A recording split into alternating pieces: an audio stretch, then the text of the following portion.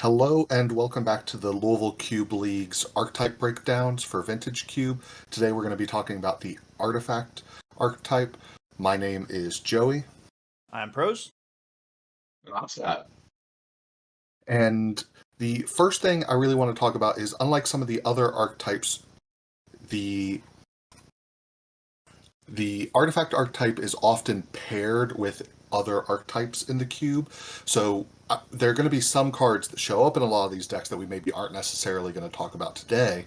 Looking over our records, I see it largely with control decks, and that's the experience I've had. I was curious if either of you, before we got into the artifact cards themselves, maybe wanted to talk a little bit about what you like to pair with them, or cards that you think excel here, even if they aren't necessarily artifact-based cards. Prose, do you have any thoughts that you would maybe want to lead into it with?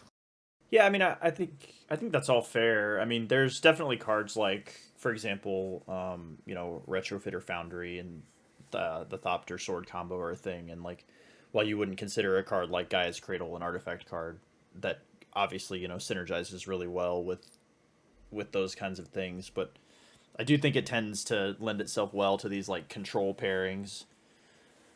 Just because a lot of the times when you're not like a pure artifact deck, a lot of the cards in it are kind of expensive, and so you need to be in a deck that can live long enough to actually play them sometimes, even if you are playing them a turn or two ahead of time. Right. We see Teferi 5 in both of these lists I've pulled up. Just if you have a little bit of ramp into an early Teferi 5, that can be very impactful on an early board. We see other colors pop up occasionally, but this blue-white control kind of mixed with the artifact theme, as I said, is kind of the main thing we see mixed with it. Yeah, the white splash, balance is huge for these kind of decks because you get to empty your hand quickly because of all your artifact mana. And then Teferi also enables some, multiple card combos with like Displacer Kitten and a 0-drop. Outside of white, you could dip into green. You get Gaia's Cradle. It's slightly more efficient if you can cast green spells with it.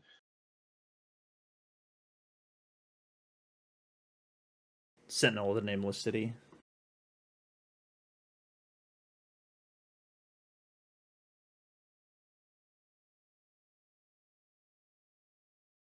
Also, we've spoken before about how token production has been rewarded more in Cube. Outside of Gaia's Cradle, there are other cards that reward you for having a lot of creatures, particularly tokens. We'll talk about a couple of them today, but if we look at this deck on the right, between Forensic Gadgeteer making clue tokens, Blade Splicer making a golem, obviously the Thopter Sword combo making a bunch of Thopters, like the artifact deck also makes a lot of tokens, so anything that synergizes with making a bunch of tokens will reward you for playing other cards that make a lot of tokens. So I've seen kind of token-themed artifact decks as well pop up in our league as of late.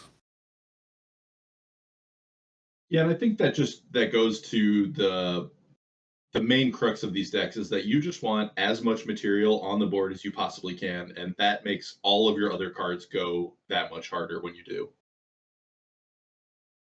Indeed. The Pros mentioned the mana ramp aspect, but really it's going big in every way. Going big on the board, going big on mana, just trying to make big plays across the board. Definitely in recent years feels more like it's about, like, before you would be ramping into casting a big artifact or something, but it feels more so like you're just ramping into a bunch of mana to play a bunch of like medium to small artifacts. Exactly. The recent addition of a couple of the more mid-rangey artifacts that we'll talk about will highlight that kind of grindy aspect that the deck has started to lean into. And I think with that we can maybe go ahead and start talking about some of those cards as we get into our look at our tier list that we're doing this time. So before we even start placing things in our tier list, you'll see I've placed at the very top the fast mana. We haven't talked about these in the other archetype breakdowns because every deck wants the fast mana, even off-color Mots and obvious some of these maybe not every deck wants, but ultimately I don't have much extra to say about just getting more mana really quickly in this deck, unless you guys have anything to add. I don't have much on these, so figured we could just have them a little bit out of the way. Yeah, I think you pretty much nailed it. I mean, these, maybe in some other decks you're not super excited about Mox Opal or Mana Vault, but in this artifact archetype, you're playing all of these cards all of the time, and you're very happy about it. So, Yeah, in certain configurations, they appear to play even more powerfully than they do in other archetypes because you play a Mox Sapphire and a Tolarian Academy, and your Mox Sapphire is tapped for 2 blue essentially. And not every other archetype has that kind of like built-in synergy for it being a a 0-drop artifact on top of adding mana. So they do feel even more broken than they might normally feel in this archetype. But yeah, obviously every deck wants most of these cards every time.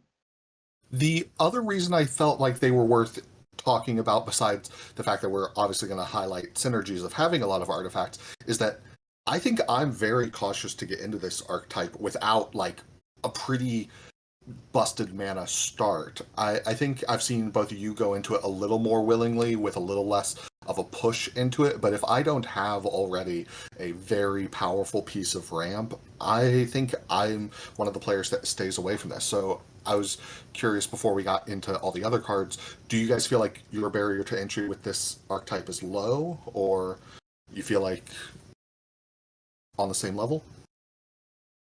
I'd say that my barrier is low, but it is certainly a bit lower than yours seems to be. I don't need, this broken fast mana to, dip my toes into this archetype. Getting past the Tolarian Academy early was enough to like say, oh, this might be worth exploring a bit. And you just fill out the low drops with, less busted but still quite good mana rocks and whatever baubles. And it plays out just fine from there. yeah, I do feel like there's definitely a like level of card that pushes me into this, but I don't think it's necessarily this fast mana column. I think it's probably most things that end up in the always play column. I think are good enough to probably push me towards this archetype. Okay, well, let's see what we can get in there. We'll be starting with the creatures or creature equivalents. Esper Sentinel is a recent-ish card. I guess it's been around for a couple years now, but Esper Sentinel, I've always been impressed by as just nice, cheap creature for the deck. And as we were talking about with the control thing, we often end up in white. So to me, it's hard to not see this as an always play or the top of probably play, but I don't know if it being a colored spell knocks it down that little bit for you guys. I think it knocks it down to maybe play for me, honestly, because while my artifact decks often end up with some amount of white, it's rarely white that I'm going to have available on turn 1. And playing this or drawing this in the mid to late game is really unimpressive, especially in this archetype. Yeah, I was gonna say I'm hesitant to put it in always, mostly because of what I just said. That I think that always plays would push me into this archetype, and I don't think this card would do that. I'm not ever unhappy to play with it, so I definitely think it's near the top of maybe play or somewhere in probably play. But this is a card that if you do end up with kind of a critical mass and have too many playables, I do think Esper Sentinel is a pretty cuttable card in a lot of these decks, especially the ones with the more controlling bend. If you have a more aggro bend, this card is obviously much better, but that is more rare these days, I feel. Like I said, I end up in this archetype, I think, less than either of you, so I will defer to your judgment. I think Scott has a really good point about how, while these decks are often white, white is the less present color, so not being able to play it on turn 1 is a big detractor. Immediately bought into that argument for it. So, moving from there to a blue creature, then, Siren Stormcaller, no, Spyglass Siren. Spyglass Siren, makes a map, so gives us an artifact, is in blue, 1-drop flyer.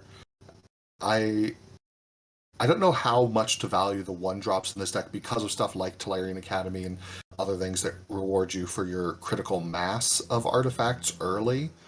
makes me feel like I would put it kind of high, but I'm not sure if I would put it above Esper Sentinel. I find this card pretty similar to one we'll get to soon, which is Thraben Inspector. Both of which I think I'm pretty happy to play, probably more so than Esper Sentinel. I think I would cut Esper Sentinel over this card. Mostly just because it's blue, like we talked about, so way more likely you're going to be able to play it early on. It's a fine draw later in the game because it essentially cycles for one more mana. A little bit of evasion if that's relevant. It can hold equipment, which a lot of these decks are going to be playing, whether it's a Jit or something like a Batterskull or something. Right, and speaking of equipment, obviously we'll get to them later on, but the one toughness does matter. If it coming into play, leaving behind an artifact, and then if it dies to a skull clamp, that's another equipment interaction very favorable for you. I should caveat that with I've never actually cast this card. This is just kind of my gut thoughts. Scott, do you feel good about it? Probably towards the middle to bottom of probably play. Yeah, I think it is slightly better than Esper Sentinel, not by a great deal though. So I'm happy with like basically the bottom of probably play. Gotcha. It being on color and producing an artifact, it's hard to take those out of your deck if if you're trying to make 23 cards. And something else that's going to be on color and making artifacts is Tamiyo, who I have to assume, from what I've seen of the card, is in always play. I've only played the artifact archetype once with Tamiyo, and she was busted that time. I imagine she is always in. Yeah. Starting with the Tamiyo on turn one is like playing a different deck almost. It just turbocharges everything. You get consistent artifacts every single turn. You can turn those artifacts into cards if you're a little bit flooded or whatever. It's got evasion. It turns into a planeswalker. It's just an excellent card and excellent in this archetype. Indeed, especially because some of the instants and sorceries in the deck that we couldn't get back with Tamiyo, if she does manage to transform, are very, very powerful spells that, reiterating like a Tinker or something, can just get you well through the most powerful cards of your deck very quickly. Yeah, and I think while we are we're obviously talking about a very different type of archetype than we did previously with the Boros aggro, but I do think it's kind of a similar situation where you want these early drops, whether they're creatures or spells, these like 1 and 2 drops that make artifacts. And yeah, Tamiyo, obviously you're thrilled to have making multiple over the course of the first few turns of the game. Exactly. Works really well with a couple of other things that care about the timing of artifacts coming into play as well that we'll talk about. So imagine that that's going to stay in the top half of always play probably, yeah. But we will see. Thraben Inspector, briefly alluded to earlier when talking about the Siren. Mentioning the color restriction of Esper Sentinel, Thraben Inspector is one I'm more happy to draw in the mid-game. That clue is always going to be valuable, especially if you have extra mana by then. The clue's more valuable than the map, so I imagine I might put this over the Siren. Yeah, I don't think I would argue much either way. I think that the Siren's creature is slightly better, but the clue is a little bit better than the map, so...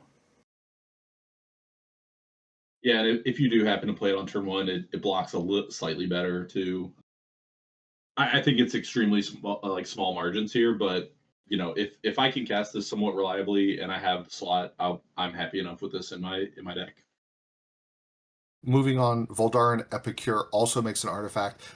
I feel like red is the tertiary color this archetype often ends up in, so to me, I don't put this card very highly. I don't know if it even makes the list for you guys. Yeah, I think I'm sliding this into never play. There was a time when the preeminent artifact deck was like based around red for like Wildfire and similar cards, but that time is like long since passed. I almost never have red in these decks anyway. I mean, there's a couple small things that you might want to put in that we'll talk about later, but I really my preference in this archetype is to be mostly mono blue. And if I'm splashing, it's rarely for red. So I would just never play this one. Yeah, I think I would be sad if this card ended up in my deck. So When I think of what, in my opinion, is the best red card we're going to get to, it really highlights that red is not going to be one of the best colors for this archetype, even though there's plenty of red cards we will talk about. Baleful Strits, the next one, just an artifact creature itself. So I'm always playing this with an asterisk of if I can cast it, which maybe is obvious, but again, I don't have black in these decks very often either. So if you can't cast it, it's excellent. It does a lot of things and it does it really efficiently.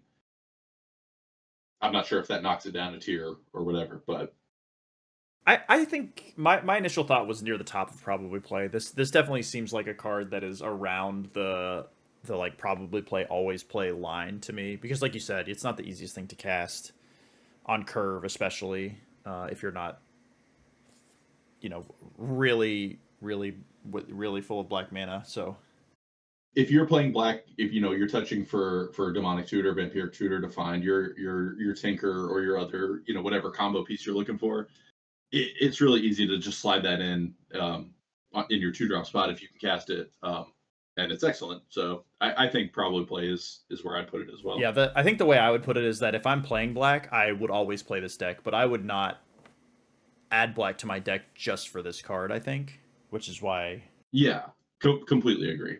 Makes sense. Well, other end of the spectrum, very easy to cast, Phyrexian Revoker.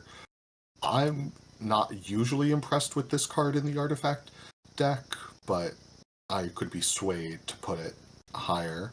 Yeah, this is one that you, or at least my experience, you pick it up sort of late in the draft because you're on artifacts and you just want every artifact you can, and then you get to deck building and it's just almost always one of the first cards cut because it's just not as impactful as you want it to be in this archetype. Like, you want your cards to either like get you to more mana or get you to more cards or like end the game. And this doesn't really do any of those things very well, so it just like quickly finds its way to my sideboard. Yeah, I'm inclined to that as well. I do think I feel like this card is going to end up in sideboard play a lot in these lists. I do feel like it is better here than it is in a lot of the decks, just purely because of the type. I don't know if that's enough for me to say I would take it out of sideboard play, I guess, but it is certainly, I guess, at its best here, if that makes sense. Mm-hmm. I feel like from what you're saying, if it was in maybe play, it would be further right than Esper Sentinel, just because Esper Sentinel is if I'm playing enough white mana, and it sounds like Revoker is if I need a 23rd playable, right, or like I'm really short on 2-drops. But I think so many good 2-drops have been printed in recent years for this deck that I'm comfortable putting it maybe at the top of sideboard play is how we'll represent that. If it has to make the main, that's fine.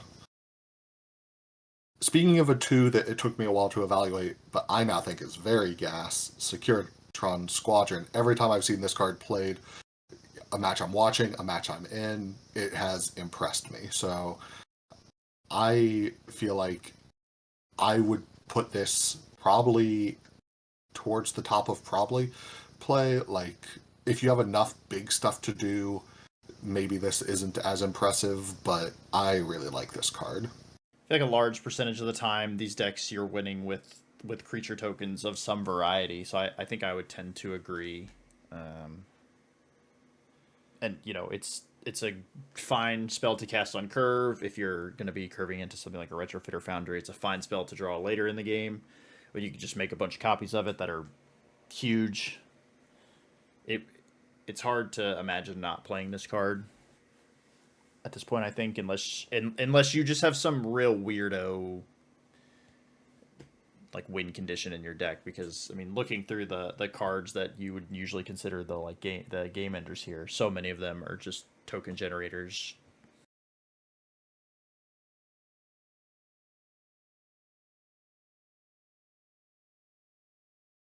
I kind of think it might be near the end of always play, near the bottom. I mean, I don't know. It's just glancing through at all the other cards that we're going to be looking through here, and there's not very many of them that I would consider to be the like finishers that I would not want to play with this card. So I'm kind of inclined to push it up there.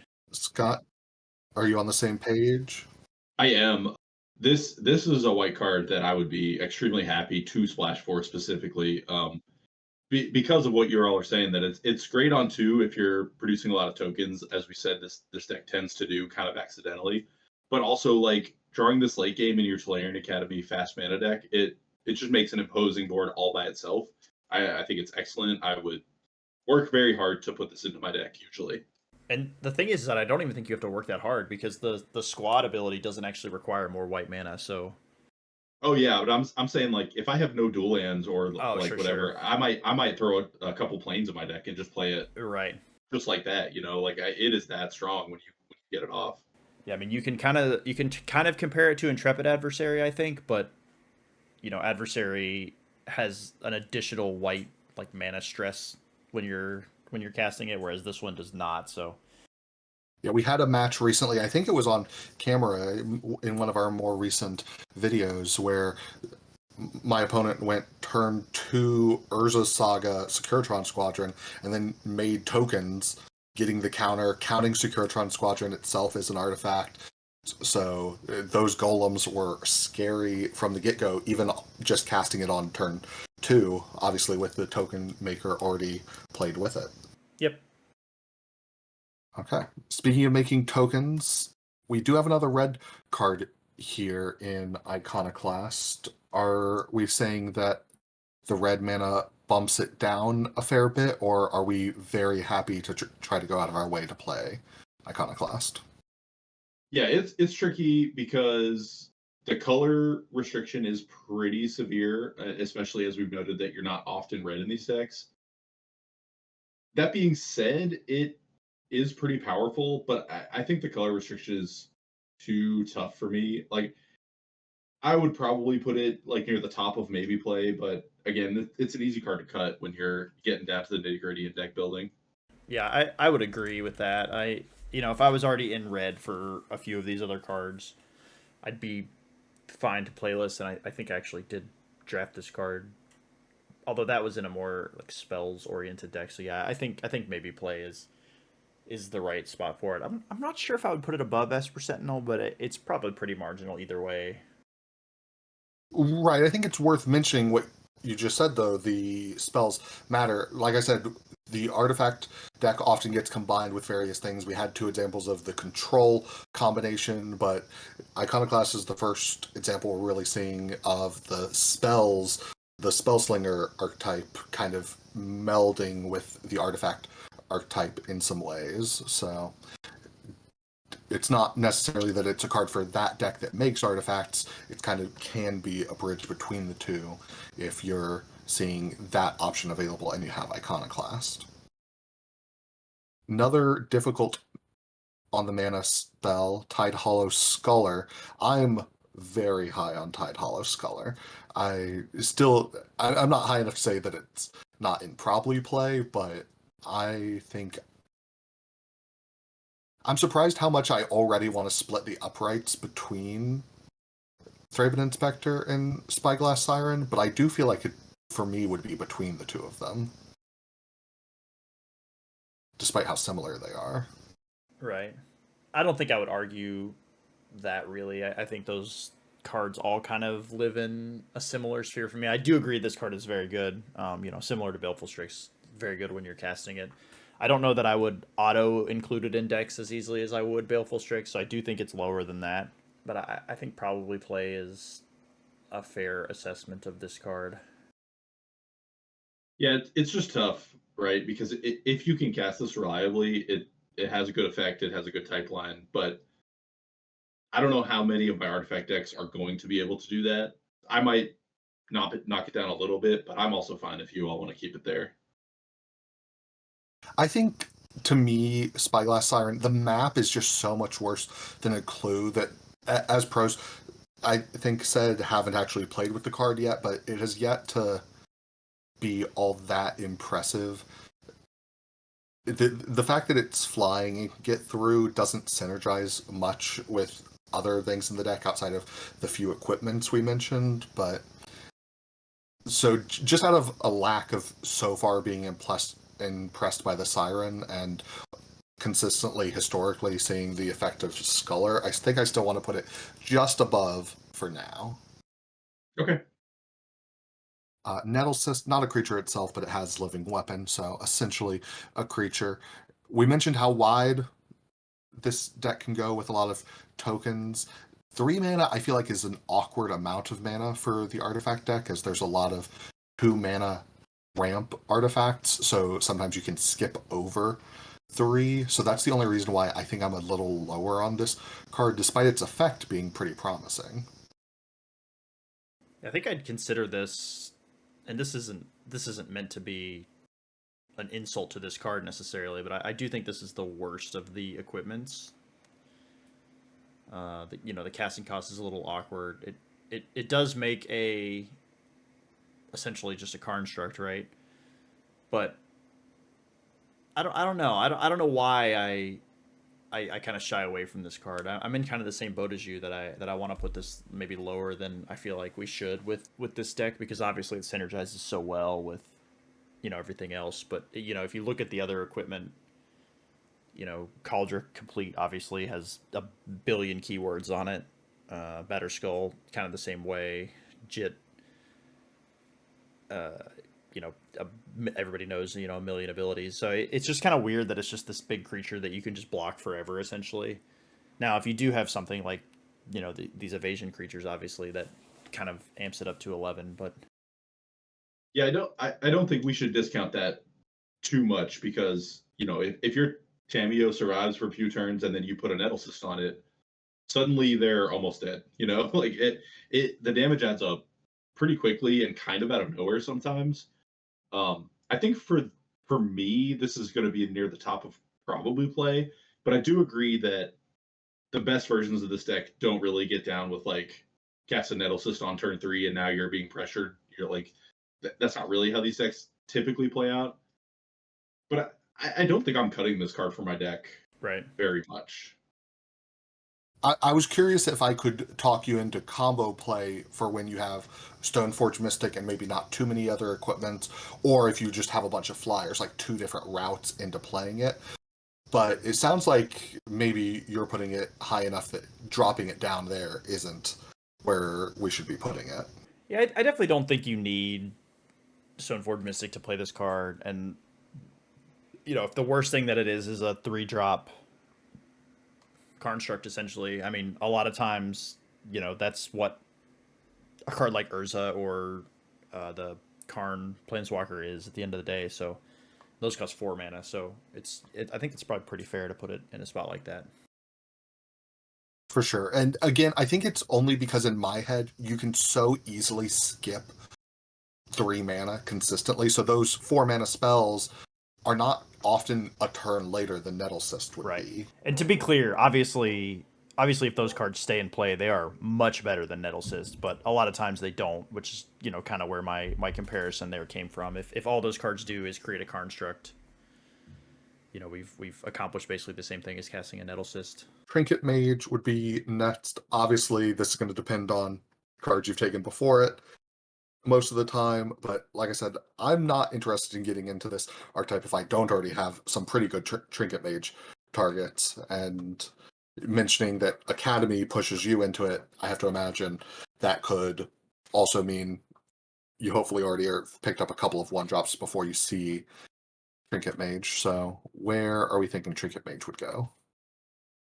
Yeah, so these decks are kind of built on the back of their 0 and 1 mana artifacts, and obviously you want Moxen and Mana Vaults and like all the best versions. But if you're coming to the party with like Ether Spell Bombs and Manifold Keys or and Sensei Stops or whatever, Trinket Mage getting those is still perfectly reasonable. I think there are very few versions of this deck where you just don't play a Trinket Mage, and if you're not going to play a Trinket Mage in your artifact deck, maybe you should not have been in artifacts at all. That was gonna be my comment that if you don't have a bunch of Trinket Mage targets in this deck, you're playing a bad deck and you probably shouldn't be playing it. So Interesting. I was going to say I would be willing to buy getting kind of scared off of it because of the 3 mana cost to get a 1 or 0 mana artifact. Like, that's a meaningful cost, and the 2/2 body does less and less as time goes on. So I was willing to believe it could end up lower, but it sounds like you're both putting it in always play. yeah, I mean, I think on the first surface, maybe a 0 or 1 mana artifact doesn't always sound that impressive, but when you think about it, getting cards like Shadow Spear, Retrofitter Foundry, Currency Converter, even bullets like a Ghost Vacuum or something. Yeah, Candelabra if you have the Academy. That's it right there. It's just the versatility is potentially through the roof on this card. Like, you can turn Trinket Mage into more mana, you can turn it into creatures, you can turn it into card draw, you can turn it into hate for your opponent's strategy, you can turn it into like mana ramp in the form of Candelabra if you've got cards to synergize with that. It is very context dependent, but again, I think if you're cutting this card from your deck, you probably should just not have been in this archetype at all. Do you want it to be even higher than I've placed it? Like, do you want it ahead of Squadron, or comfortable with it right now in the 3rd position of always? I think it's fine where it is. You could nudge it up or nudge it down, relative to the other cards we had, but I'm confident that I will almost always play this card, and I'm confident I'll be pretty happy with it. Phyrexian Metamorph talked about versatility just now. This is a different kind of versatility, cloning any of our artifacts or creatures or the opponent's artifacts or creatures. I am pretty high on this card. I don't know, for me it would be an always. My gut was probably a lot of that is just because while there are a lot of high impact artifacts that you can copy with it, there's definitely going to be builds of this deck where you don't really have a lot of high impact things like copying something like a Retrofitter Foundry, Currency Converter isn't super impressive. Stuff like Cauldron Complete is legendary. Obviously, if you can copy like a Kappa Cannoneer or a Mere Battlesphere, Coveted Jewel, stuff like that, it can really go off. But it's a good point that the cards you mentioned are not like the filler of the deck. They are like the win conditions and engines of the deck. So copying the best spell, the best artifact you often have in play, maybe just aren't worth copying. So that's a very fair point. I feel like I'd put it, somewhere in the top half of probably. I don't have a strong opinion if you guys think it should move up or down from here. I might put it at the top of this category. I think that's probably fair because it all we didn't even mention the fact that it can copy your opponent's things as well. So yeah, well, this one is always castable, and it is again very context dependent on what you have and what they have. But it can again function as mana ramp if you copy, Talisman or Grim Monolith or something. And then it could also be defensive, just copying their creatures to try and block. It's extremely versatile and it's always castable. I just think it's an easy card to cut if your deck is like quite good and you need a bunch of cuts. But I think it's a pretty solid card. Okay, I perfectly fine with it in that position. Urza would be our next card. I have to imagine this is one of our top 2 right now, between it and Tamiyo. And Urza does it all. Like, I think maybe it's the top and maybe it stays the top, but don't know if you guys feel like Tamiyo should stay above it. But the making the construct, which is going to be huge for our number of artifacts, and then ramping us into any of our really late game stuff, I think for me puts it at the number 1 position right now. Yeah, I don't disagree with that at all. I think if you take umbrage with us putting a 4-drop over the very powerful 1-drop that we previously had in the first spot, you have not watched enough games with an Urza in play, because the amount of mana it can generate is absurd, and that by itself turns that mana into more cards from your deck. It creates a large blocker immediately, and that blocker can add mana if you don't need to block with it. I mean, it's extremely versatile, it's extremely strong, and it's one of the ways that I will find myself in this archetype is if I get past an Urza. And it's not just the construct that's big. Urza himself has 4 toughness. Like, you play this and a board where you are behind can get equalized very heavily. Golos would be our next one to talk about. It is an artifact. I'm not sure I even consider this an artifact deck kind of card unless you have Academy, or like, because any of the other big lands that you want in this archetype, if you are already able to cast Golos before you have those lands, I don't think they are as impressive to get. So to me, I would instinctively put this in combo play of if I have an Academy in my deck. I don't know if you guys feel like I'm doing a disservice to Golos or not, though. No, I think that's probably about right here. I don't really know that I would ever want to play this without Academy. I mean, I guess, again, if we're struggling for playables, or I've ended up with a deck that I think can easily activate him, with something like Coalition Relic, but that still brings us to the combo play. So, Yeah, I am not even certain I would put this in my deck with an Academy. Now, if I had an Academy and a Workshop, maybe, but I think this card is just like a redundant copy of a busted land that is already in your deck, and if you don't have one of those, then you certainly should not play this. right. For sure. Like, even with Academy, there's a chance it gets cut. If you have both, if you have Academy and the ability to get to 5 mana, as Prose mentioned, that's often going to be off Coalition Relic. Maybe if you just have a bunch of the 2 mana talismans, you have the backdoor option of assembling the 5 different colors of mana. But yeah, in these days, maybe it does take both abilities for Golos to make the main. Kappa Cannoneer, one of the more powerful cards to come out recently, combos really well with one of our other best cards, Tameo, because she makes the artifact on attack, right? So you attack with both. Kappa Cannoneer becomes unblockable during the declare attacker stage. This is near the top of always play for me. It's hard to imagine a deck where I wouldn't want to play this. It's easy to cast. We've talked kind of ad nauseum at this point about how, and if you look at the cards, they all make tokens. The improvise makes it really easy to cast. If you can find any number of ways to make a token every turn or just cast an artifact every turn, it's just unblockable. It's really difficult to kill because it has Ward 4 for some godforsaken reason. An element that I have forgotten on several occasions. Do you feel that it would be above or below Tameo, is I think the distinction? My gut is to put it below Tameo, although again, I don't think that's a dig on Kappa Cannoneer. That's just more of a commentary on, Tameo. Yeah, it has improvise, but it does cost 6 mana, so it's going to be hard to compete with the 1-drop. That being said, it is extremely lethal very quickly and so hard to interact with. It definitely deserves to be an always play. I think where you have it right now is about perfect. We'll talk about some cards that are combos later. Normally, Cauldron Complete is seen as a combo card because of its connection to Stoneforge Mystic, but with the ability to ramp in the artifact deck, it is its own threat, and I've been more and more impressed by it when I've seen it recently just getting cast. I am surprised how frequently the 7 mana doesn't seem like a big deal. So to me, don't think I would have said this a year ago, but to me it's somewhere in the middle of probably play, maybe even higher.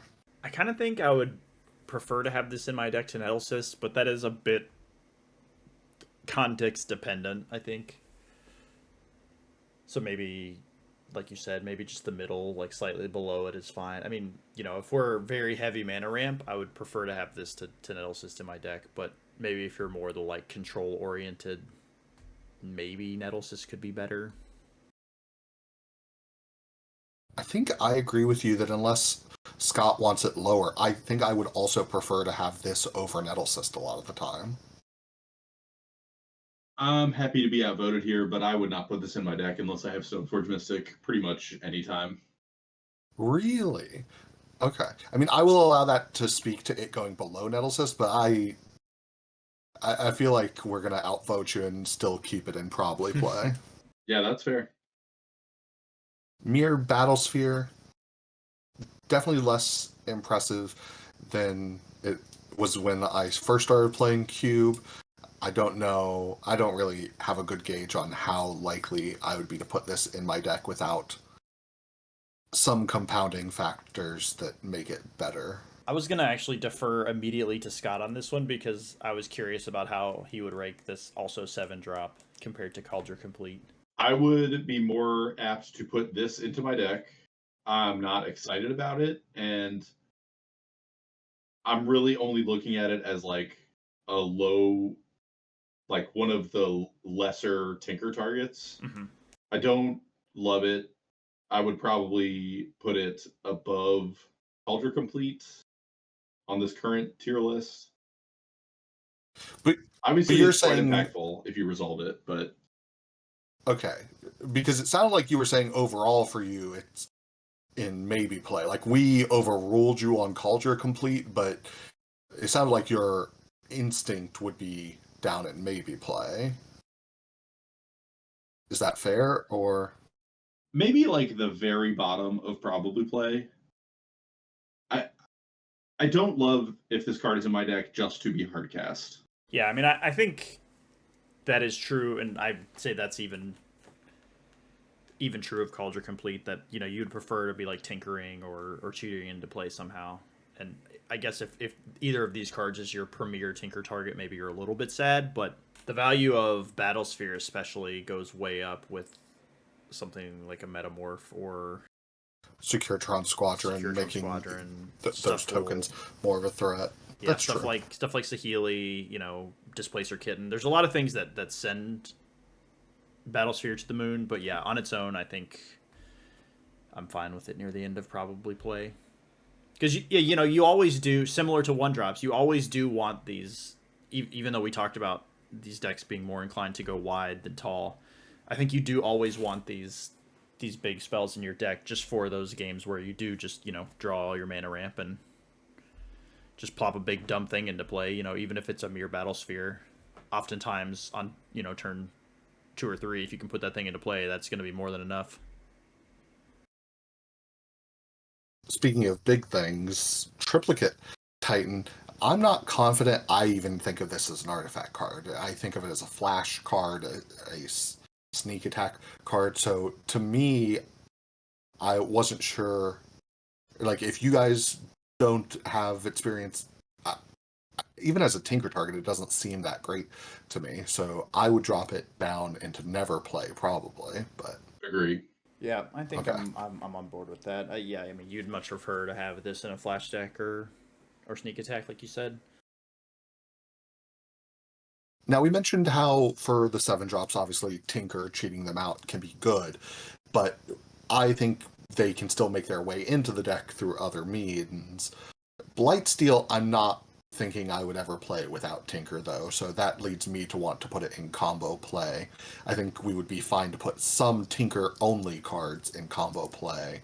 Yeah. Which I think this is. I am with you there. Fine with that.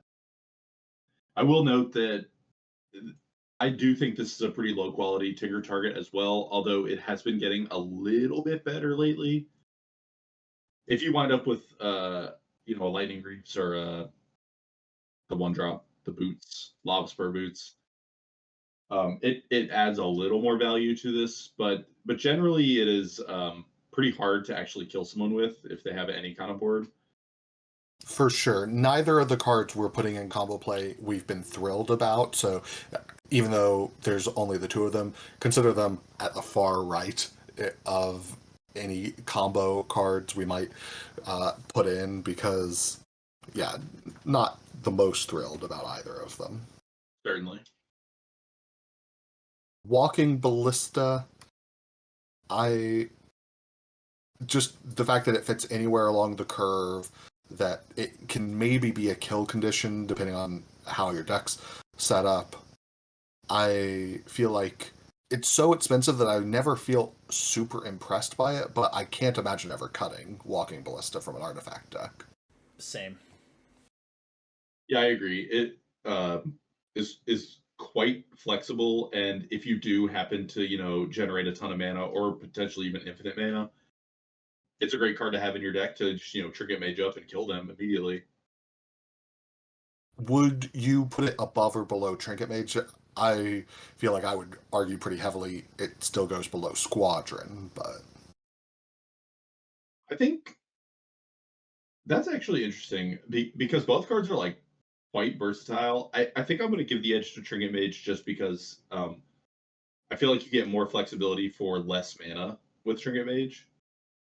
But both are quite good. We're I, really I agree splitting that both hairs of them here. should be an always play. yeah, I'm not confident we're going to have anything that I want to put between the two of those, either way.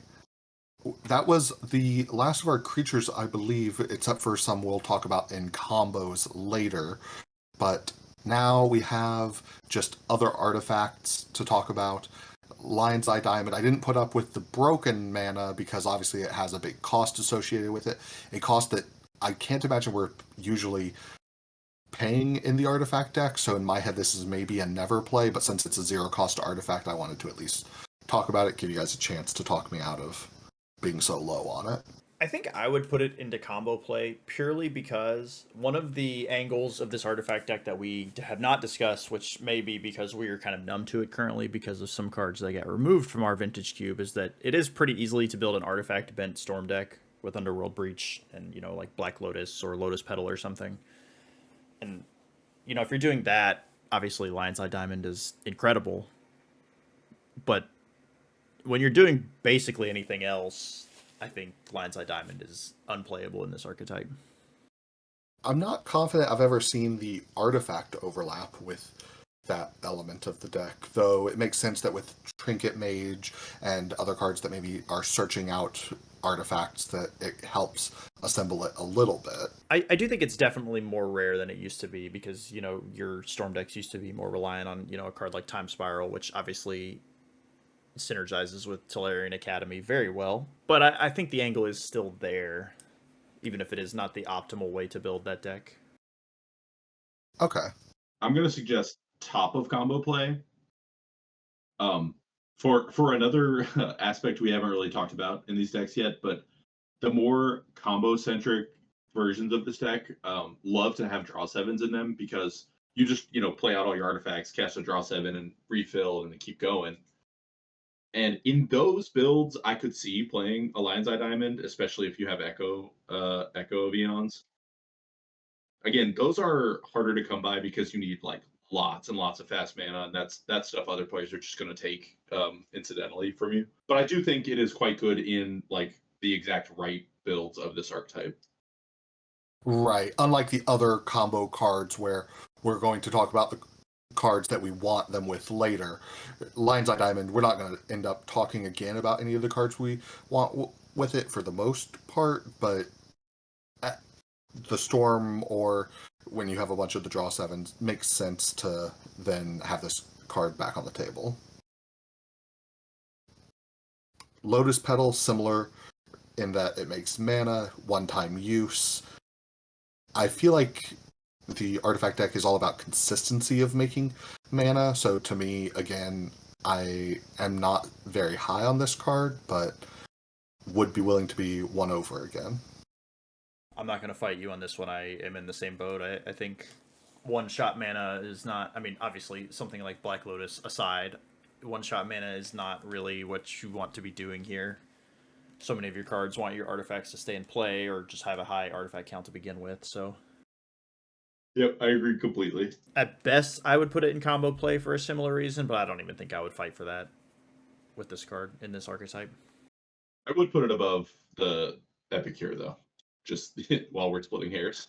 Interesting, because I feel like there are some red-heavy versions of the deck where I'm perfectly happy to have Epicure, but I can concede that.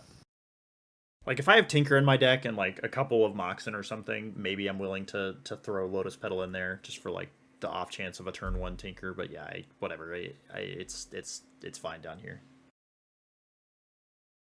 Mutt's Diamond next. Almost had this up here with the broken mana, but before we got started, Prose pointed out that often these decks aren't playing a bunch of lands. So do you think there's ever a chance that this isn't just part of the fast mana we play, or No, I think you're gonna always play this. Yeah, I do think it probably still belongs in always play. I mostly just pointed that out because I don't know. I don't see it in the same tier as all of that other stuff. It wouldn't break my heart if somebody wanted to put this in probably play, but it doesn't sound like that's where we want to end up. But yeah, you do see these decks sometimes end up with 12, 13 lands in them. And while a lot of the time having a Mox Diamond in play is better than having the average land in play, sometimes you might have these weird hands where you just can't play it. That is certainly true, but I also think that's what you are signing up for when you dive into this archetype. Because, for sure, yeah. Sometimes you just draw your Kappa Cannoneers and no fast mana, and it's just rots in your hand. And yeah, absolutely. The same might be true of Mox Diamond, but when it works, it's going to be incredibly good. So I would always play Mox Diamond, even at 12 or 13 lands. Really good with balance, too. Just to keep our formatting, I am going to put it up here with the fast mana instead of just in the middle of the always play. But I agree, that element of it still made it worth talking about separately.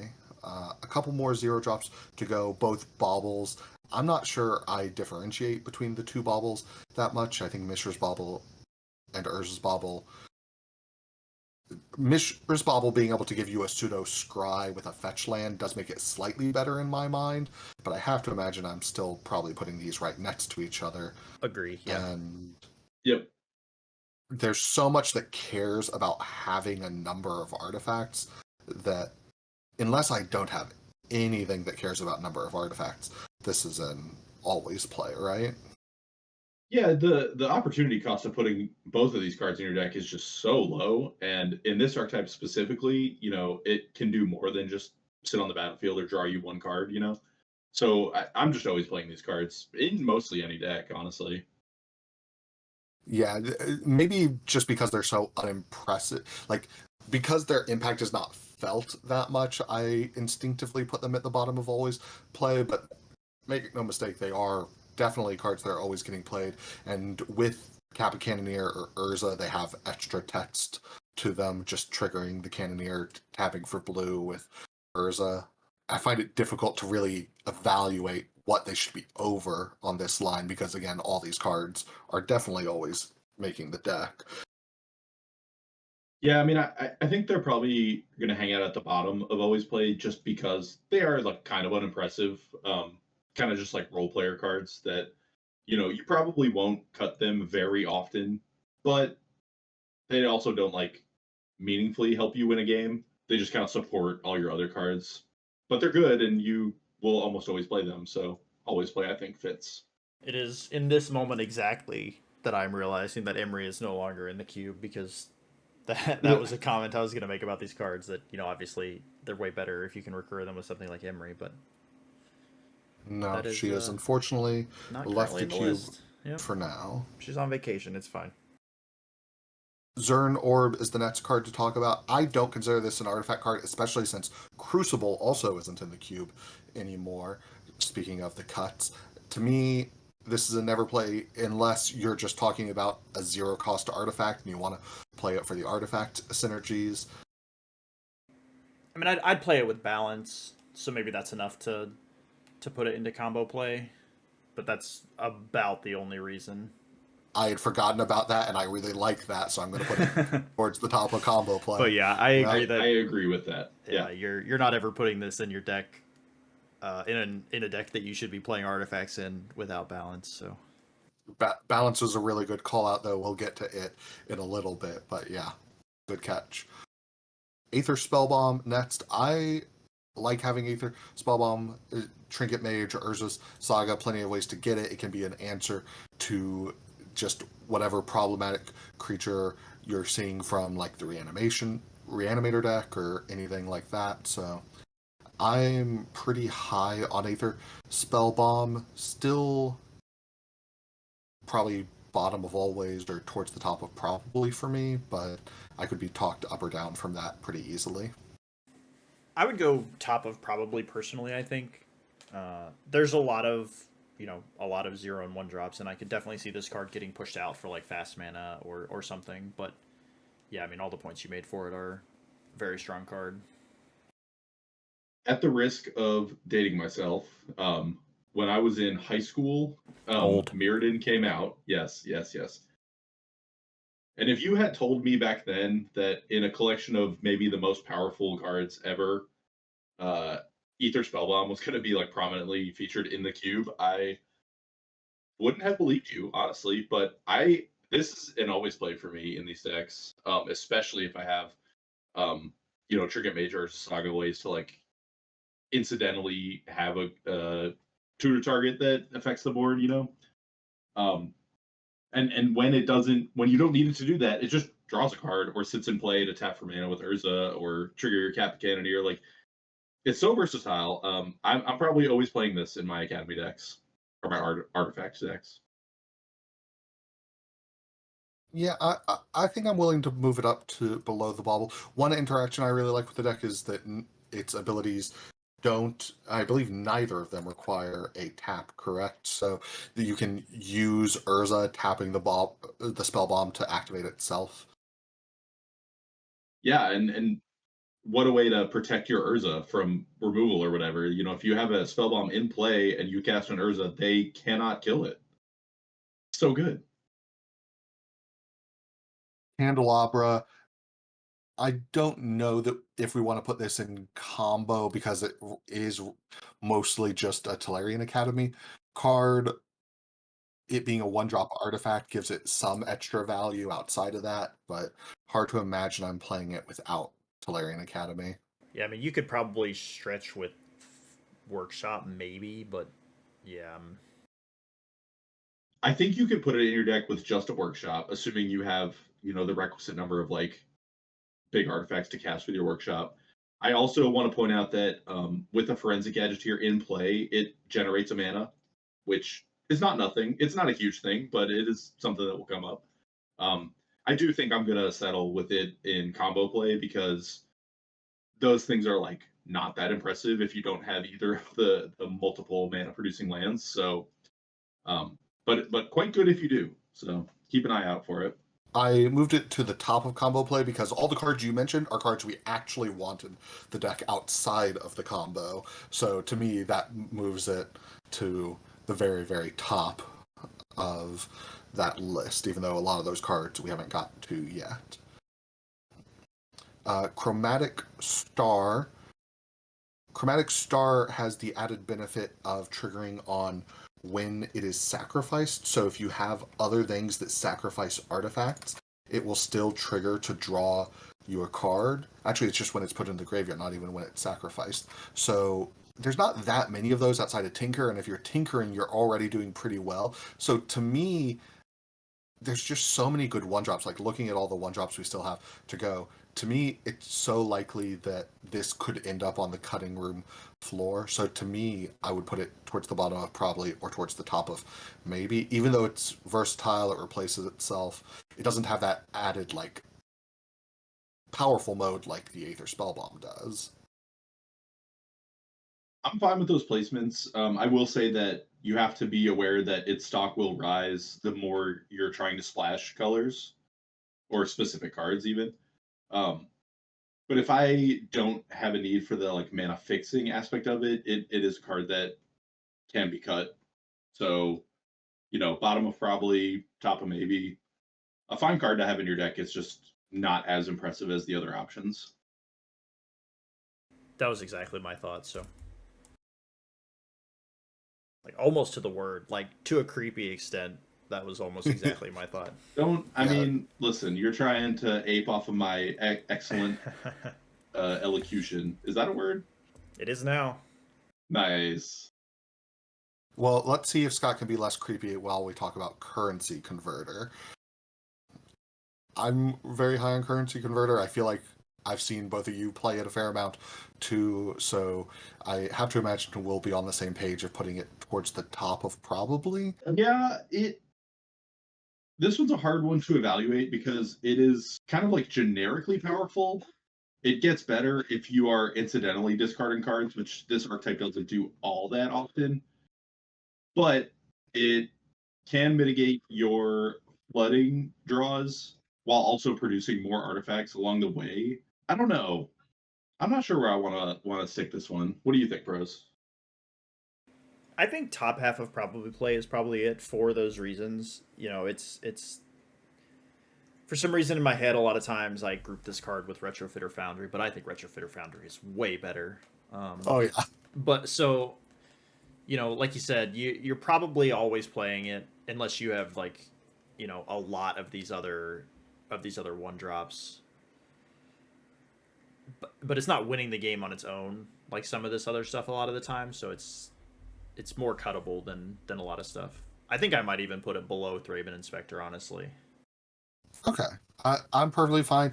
Both of your slightly lukewarm impressions of the card were down for me. It is fair that I may be bringing in my enjoyment of Currency Converter in general as opposed Yeah. to it in this deck, but it is an artifact. It makes more artifacts, so definitely a card I'm happy to have in this deck. I do think that despite it being an artifact, this is one of the worst archetypes for it because yeah, I mean no incidental discard. You know, you're not. I mean, you are mana ramping, I guess, so that aspect. So maybe it's just the no incidental discard really that gets me. Expedition Map is the next card we're going to talk about. I hate to just keep saying Academy, but Yeah. I think I would be willing to play this without Academy just as fixing to allow me to maybe splash some of these cards we're talking about being difficult to splash but still okay in the mid game. It's a 1 mana artifact, so it obviously will help you build to that critical mass of artifacts for everything you need. Urza being able to tap it for mana when you don't need to get a specific land with it just already being mana is pretty nice. So I think I'm pretty likely to play it. Like, it's obviously always making the deck if you have Academy, but I think I'm willing to say I would probably play it without Academy, though not be thrilled.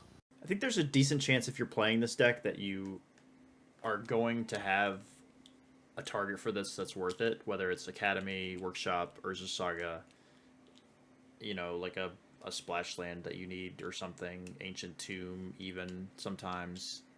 I don't know that I would put it in always play. Are we happy about sacking a map to get an Ancient Tomb, though? I'm not thrilled about that. We're prospect. not thrilled about it. I'm putting this in combo play right above the Candelabra, honestly. Above Candelabra. Yeah, because both cards in my mind are like Academy only kind of situations, and Expedition Map functions as a second Academy. Like you don't have to just naturally draw it. I think that Prose is right that I'm willing to do it with a couple of more of the lands we want, and that's the reason why I'll agree to put it over Candelabra, because I would put this in my deck if I was low on artifacts in general, but as we've talked about, there's plenty of good 1-drops, or for Academy or Saga. Because finding Saga off of it in the mid game when you have the extra mana to make the large constructs very. I don't know. I think that's just too mopey and slow. It could be slow. Either way, I think we're fine putting it at the top of combo play. Whether or not it's just Academy, we can argue about, but instead we'll move on to talking about Ghost Vacuum. Ghost Vacuum, for a lot of people, is a sideboard card, obviously against the graveyard decks. The 6 mana activated ability, we talked about this deck's ability to ramp to a good amount of mana, and the 6 mana activated ability is really powerful. So to me, it's one that I would be willing to play, I think, above Chromatic Star a lot of the time, because it has that 6 mana powerful activated ability. It's a 1-drop, and the hate that it provides is good against decks besides Reanimator. It's just obviously at its best against Reanimator. But plenty of decks do interact with their graveyard in some way or another. Yeah, I agree with all of that. I mean, there's very few decks in this cube in today's day and age that don't care about cards in their graveyard, whether it's a Reanimator deck, a deck with Snapcaster Mage, Uro and Flage are both very good cards in this cube. Yeah, I think this fits that bill pretty well, and I'm willing to play this card main deck, but I'm not going to do it super often, I think. Yeah, no disagreements for me. Okay. To me, that sounds like something that will allow it to then sit where I want it to be at the top of maybe play. Lava Spur Boots, we've mentioned the haste element of it before. The ward is a nice little addition. The extra mana, maybe not as big a deal in this deck as other decks. So I have to imagine we're putting this somewhere in probably play, or are you guys even higher on it? I'm a little lower on it, honestly. Oh. Yeah, I don't know that I would be super thrilled to play this card without Battlesphere, Blightsteel, or Urza's Saga. Which makes me think that in my head it belongs in combo play, but I don't know now that I'm talking about it. Yeah, I guess I'm thinking about all the games where I've gotten it with Saga, equipped it to this second Saga token, and just been attacking with 2 Saga tokens pretty quick. And we had talked about it at a couple other places, but I guess the other cards we were talking about it with aren't cards we've rated super high now that I'm looking at it. I'm just thinking that, like, if you ever see this card in your opening hand, I think you're sad about it. If you're ever drawing this card later in the game, I think you're a little bit sad about it because presumably the haste doesn't really matter and Ward 1 doesn't super matter anymore. Yeah, there's just a lot of boards that it doesn't do a lot. Yeah, but I am really happy to have it as an Urza Saga target, basically whenever it's an option. So I'm willing to put it in combo play because I definitely want it if I have Urza's Saga. I can concede that maybe it's not the best outside of those circumstances. I would definitely be willing to cast it, with Battlesphere, Kappa Cannoneer, Blightsteel in my deck, but that I don't think that moves it out of the combo play pile. Yeah, I'm fine with that. Manifold Key is next. I am not high on this card. Yeah, I think this is another combo play situation. Obviously, it's really good if you have great things to untap, like we'll talk about the One Ring in a moment, or any of the like Mana Vulcan Monolith kind of cards. This is not a cube that has a Time Vault in it, so it also loses points for not being just a win the game combo piece. Right where you have it, I think, is where I would end up with it.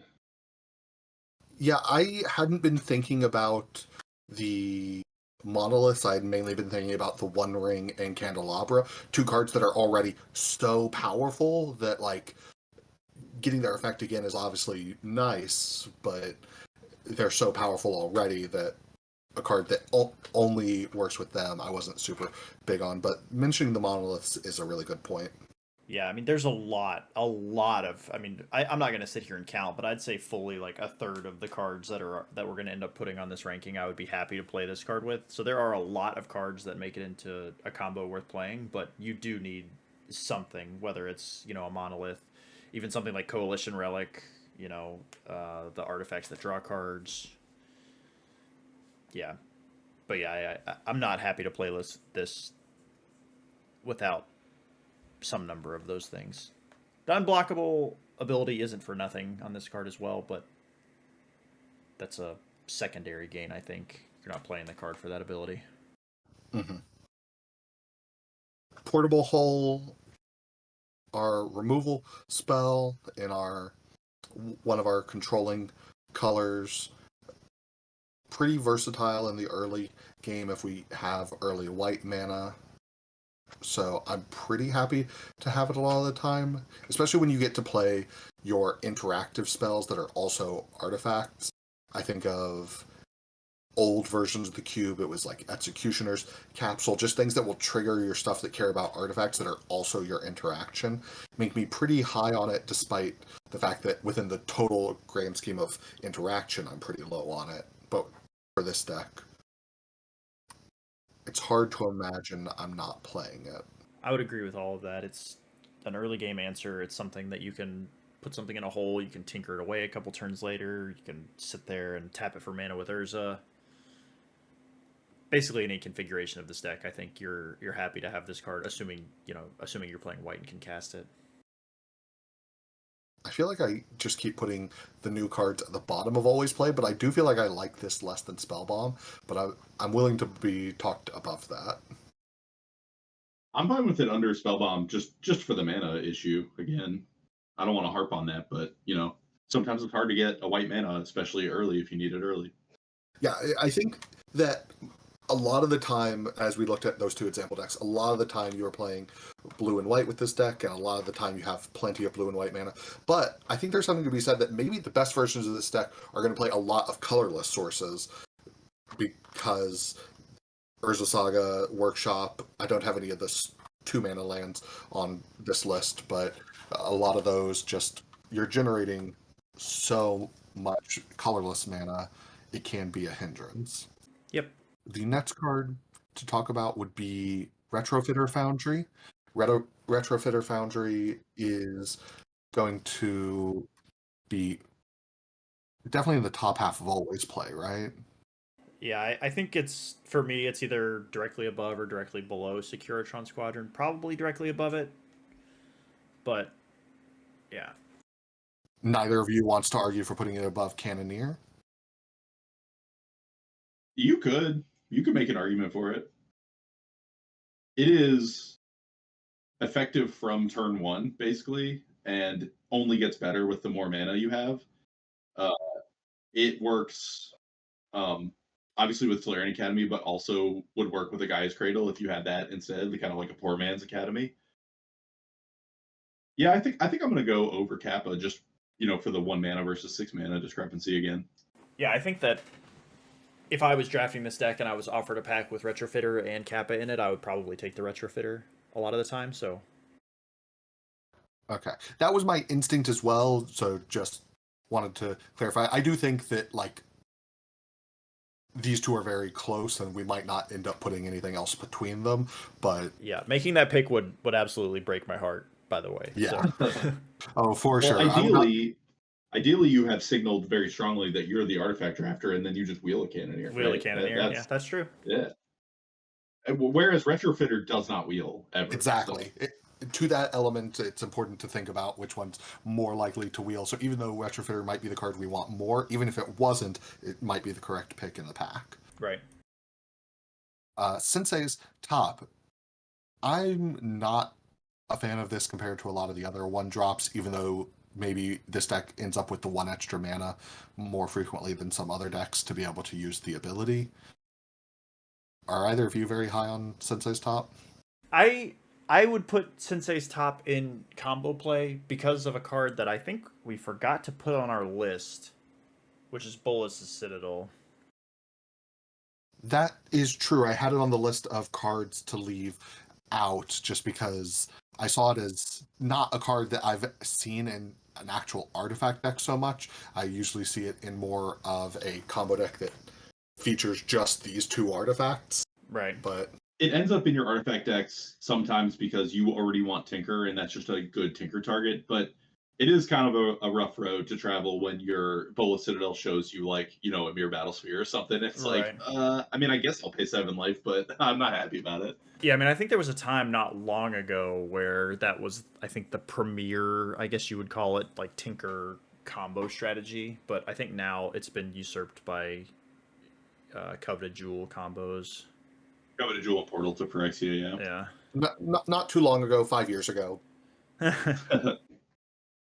But for Sensei's Top, I'm going to make a case for probably play and also pretty high up on that list. I do note that Sensei's Top is generally worse in the strategy because you don't have a lot of time to pick up fetch lands because you need to be prioritizing cheap artifacts and whatnot. So you're gonna naturally have less shuffle effects. But I like it because it's a one drop artifact that you want to sit and play. It's not like a bauble you're gonna sacrifice or whatever. And it can help in some of those awkward draws, like just seeing a little bit deeper into your deck can sometimes smooth those things out. I don't see a lot of versions of this deck where I would cut a Sensei Stop and feel good about it. So So I understand some of that in theory.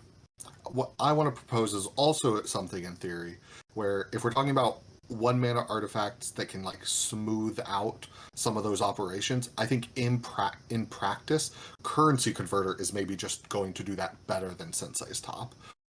Do you feel like I'm wrong on that? Like two mana versus one, but I think the way currency converter gets you through your deck and gives you other options makes me still want to have currency converter above it. yeah, I don't have arguments against that point. That's a pretty solid point. I think I would put them close together, but I'm fine with it being under currency converter. Yeah, as you said, high and properly play, I was like, where would I consider the roadblock? And like putting it over currency converter, which is in many ways similar, I think became where I wanted to try to make that roadblock. Okay. Next one drop Shadow Spear. I imagine this is another one that very happy to have with Urza Saga. I don't know how happy I am to have it without Urza Saga. Yeah, the cards that I think of with Shadowsphere are Urza Saga, Kappa Cannoneer. Oh, I really like it with Kappa Cannoneer. That's true. It is it so strongly associated with those two cards that we would only put it in combo play, or are Yeah, we what I more was gonna likely say to is play it? I don't think I feel strongly enough about it for that to push it out of the combo play bucket because I'm not super excited about a deck where I'm just intending to cast this without something really cool to put it on. Like I'm not super excited to be equipping a Shadow Sphere to my Spyglass Siren like I would be with some other equipment. Especially because, as we talked about, like this deck often goes wide. Like, yes, you'll have large constructs at various points, but Mm-hmm. because you're going wide, you just get less benefit off of it if you don't have one of those very large threats. Scott, would you want it outside of combo play? Um, no, I'm fine with it in combo play. Like you mentioned, I really only want this if I'm like regularly producing constructs that are, pretty big. Honestly, you could even make a case for sideboard play and just like bringing it in against the decks that are pressuring your life total more directly. I'm not gonna fight too hard for this card to be like anywhere higher than that, though. I think so many decks make so many blockers that it giving the constructs trample matters a lot to me. So I think I want it in any deck with the constructs, not just ones where we're playing against things that threaten our life total. And Prose mentioning Kappa Cannoneer makes me want to put it above what otherwise, if both of these were in here just for the constructs, I think I would have it below Lava Spur Boots. But with Cannoneer, I prefer Shadow Spear over the boots. So I think that it's going to win out over the boots to me. There's also not a lot of it, but the activated ability has some really potent things that it lets you clear off a ring, stuff like that. So rare, Oh, I haven't but actually seen that come up yet. Yeah, that's fun. I'm not sure how many other hexproof cards there are in the cube. I think Blightsteel Colossus might also be indestructible, if I'm remembering. I don't believe it works against the One Ring because the One Ring gives protection, whereas Shadow Spear only No. cares about. It takes the indestructible from the ring. Oh, right. Okay. I thought you were talking about the protection element. I'm like, I don't think. No. It lets you destroy the ring if that's something that. Yeah, the ring itself. Yeah. Gotcha. So yeah, very very rare, but not completely a blank, and pretty high value if you do get a use for it. Last one drop artifact Skull Clamp. We talked about how this deck can make a lot of tokens. We have a couple of creatures in the deck with one toughness. I think to me, it's just so likely to make the deck that I want to leave it out of combo play because so many things work with it. But there's a chance that there are builds of this deck where it doesn't make it in. So to me, it inherently would fall somewhere and probably play. I don't have any strong opinions about where. I agree with that, and I'm not sure. My gut says top half, but Yeah, this is another tricky one because like there are some builds of this deck where Skullclamp is almost a blank piece of cardboard outside of being an artifact, and there are some builds that Skullclamp's going to be among your best cards. So it's like extremely context dependent. But I'm just given the like power level of when it is good, I would put it like near the top of probably play. I think. Okay, I'm just going to group it with its equipment brethren, all of which we talked about being somewhat situational in different ways. So just going to even situational, more often than not, they're going to be playable Mhm. for slightly different reasons. But I think that they are situationally like stellar, and even when they aren't stellar, I think I would still be perfectly fine playing any of the three of them in an artifact deck where they aren't like completely an dead. artifact deck that isn't purely built for them. Yeah, we got several 2 mana rocks to talk about. Going to open actually on Talisman. I only have one of the talismans here just to represent all the talismans. Obviously, if they're on color, that's better, but which colors you are in the artifact deck can switch back and forth. So, how do we feel about the talismans? And there's a chance we end up putting all the 2 mana rocks, or at least a fair number of the 2 mana rocks together. But So for me, talismans are maybe play if I don't have better ramp options, with the slight aside of like if I have a talisman that is like a splash color, then I'm more inclined to put that one into my deck over say like a Mind Stone or Everflowing Chalice. But I'm not like super big on the 2 mana talismans. sure, since we're talking about talismans and we have other ones that produce colorless coming up, I think it would behoove us to just assume we're talking about on color. And that being the case, I talked very early on about how in this deck I'm often looking to skip to 4 mana, and I am pretty high on the talisman. So you said somewhere in maybe play. I put them in probably play, and honestly, I think the first 2 mana rock always makes my deck. But yeah, I think there's so many ways in this deck for you to conceivably be casting this card on turn one that I think I would agree with probably play probably in the bottom half. It's really good if you play it on turn one. Obviously, it's really good if you're jumping from 2 to 4, even if you don't play it on turn one. I really like them as well because of Workshop. Like, Workshop is a card I want to make work in my deck, and if I have more of these 2 mana rocks where I can play them and then immediately use them, Workshop is able to function like a normal land to cast non-artifact spells effectively then, because it's still ending up with 1 mana that I can put towards a spell. Yeah, I won't push back any harder than I already have. I'm fine with it there.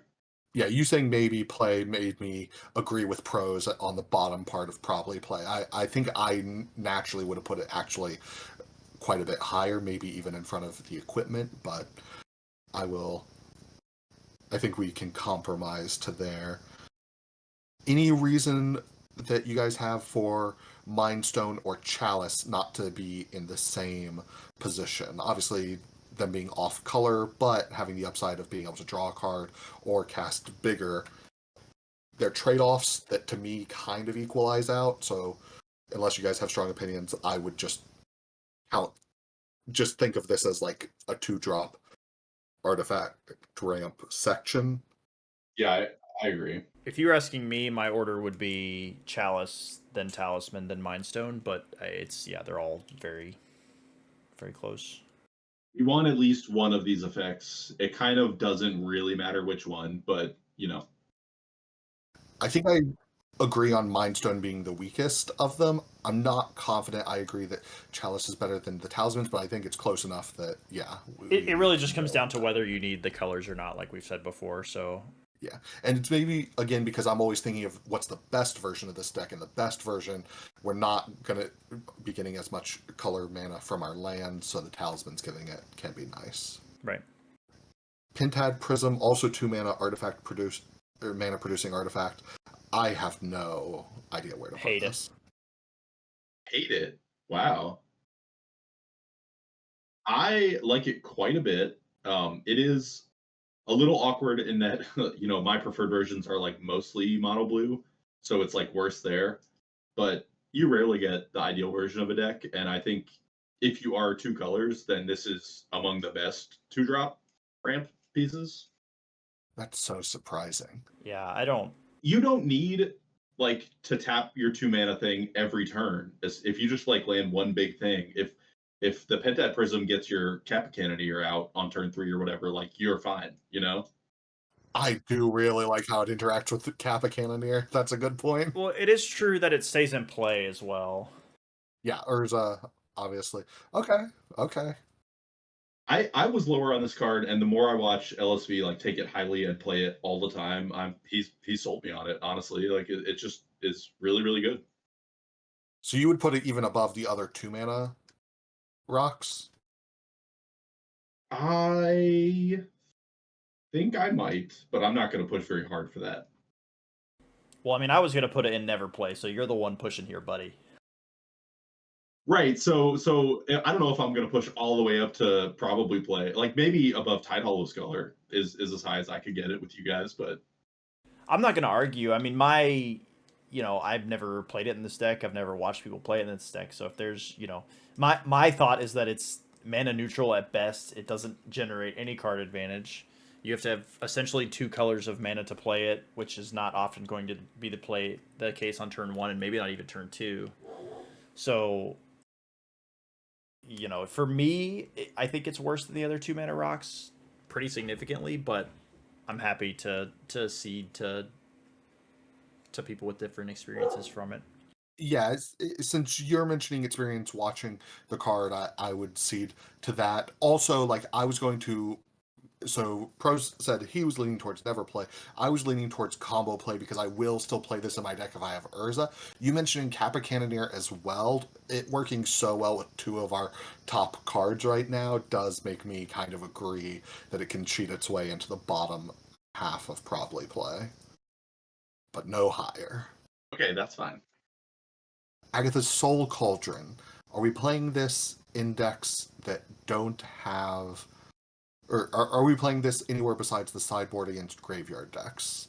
Walking Bliss is the only card that really sticks out to me that it combos with. I guess it does work with Urza. Yeah, but I mean, I don't know if I want to play this just because there's an Urza. I think even if both of those are in my deck, I'm not super excited to play Right. Soul Cauldron. Yeah, I don't. Yeah, it's a sideboard for me. Yeah. Okay. Couple of those red cards that I mentioned being excited about early on. Chainsaw. Love having removal. Unlike Portable Hole, this one's red, which makes it a fair deal worse just because you're less likely to be red. But Chainsaw has really impressed me every time I've seen it in play. It just hasn't been in play that frequently. And I don't know if this is the best deck for it either. I think it's definitely not the best deck for it. I also love Chainsaw. If I saw one and I was already playing red in my artifact deck or had the means to play red easily, I would like to play it basically which is what we said anytime. about Baleful Strits. So that's making me think that... I think it's a bit lower only because I think you're way more likely to play black than red in these decks generally.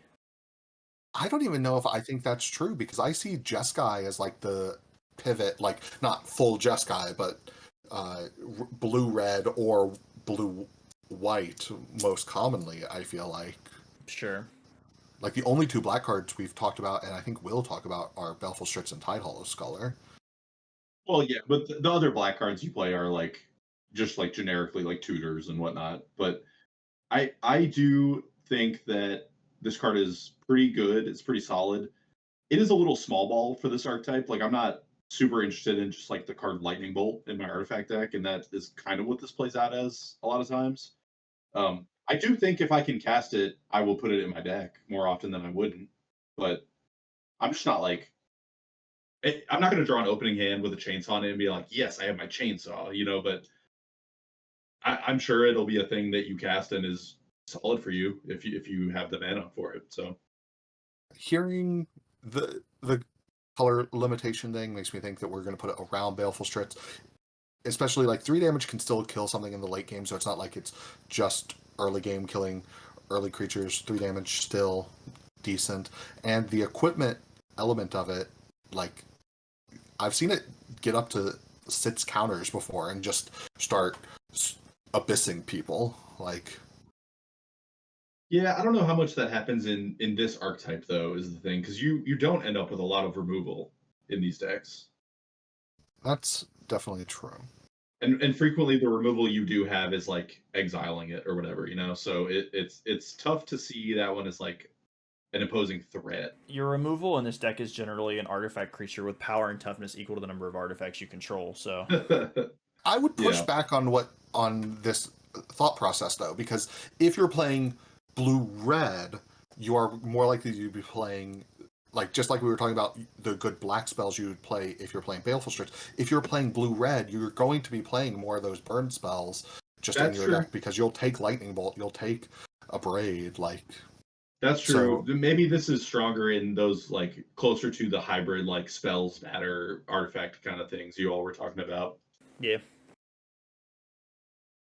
Legion Extruder is another red card we need to talk about. To me, I've always been impressed by this when it's in play. It's another removal spell that does a thing. I think the thing it does is better.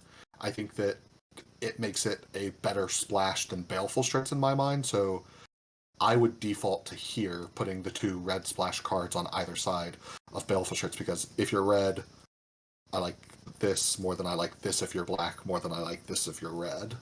Yeah, no That no makes arguments sense. here. I think Legion Extruder is extremely good, especially if you have ample things to sacrifice to it as the game carries on. Do either of you want to make an argument? Because I considered making this argument that it's so good that I would go out of my way to splash it and put it in always play. I don't think so. Like I wouldn't want to play a basic mountain in my deck to play Legion Extruder. Yeah, I'm also not quite that high on it. So I think top of probably play is about right. Like if I have red Mox or end up with a land that makes blue and red or white and red, I'm very very happy to play it if it's easy to cast. But I'm not going to stress my mana base for it. I think normally. Moving on to Smuggler's Copter, and you said we would never discard cards for Currency Converter. You're right. Look at us we now. have 1 card now to incidentally activate Currency Converter. Well, and you're doubly right because I'm gonna vote for maybe play and near the Yeah, bottom. me too. Me too. Yeah, I think you're very rarely crewing this thing on curve and Right, that's the thing. It's a great card. You just are not going to have the early game to reliably turn this on, and it gets worse the later the game goes. So I just, we've danced around the idea of like maybe a more aggro focused build of this deck, and if you can acquire all those pieces together, then yeah, slam your Smuggler's Copter in there. But I don't see that coming together all that often, so I'm not like super high on that card generally. And even though we put like Thraben Inspector, the Siren, Epicure, like none of them up in always play, there are cards and other strategies that if we combine with maybe a more aggro bend, if we end up leaning more heavily on white artifacts and playing more of a white aggro deck with it, then Smuggler's Copter gets obviously a lot better there.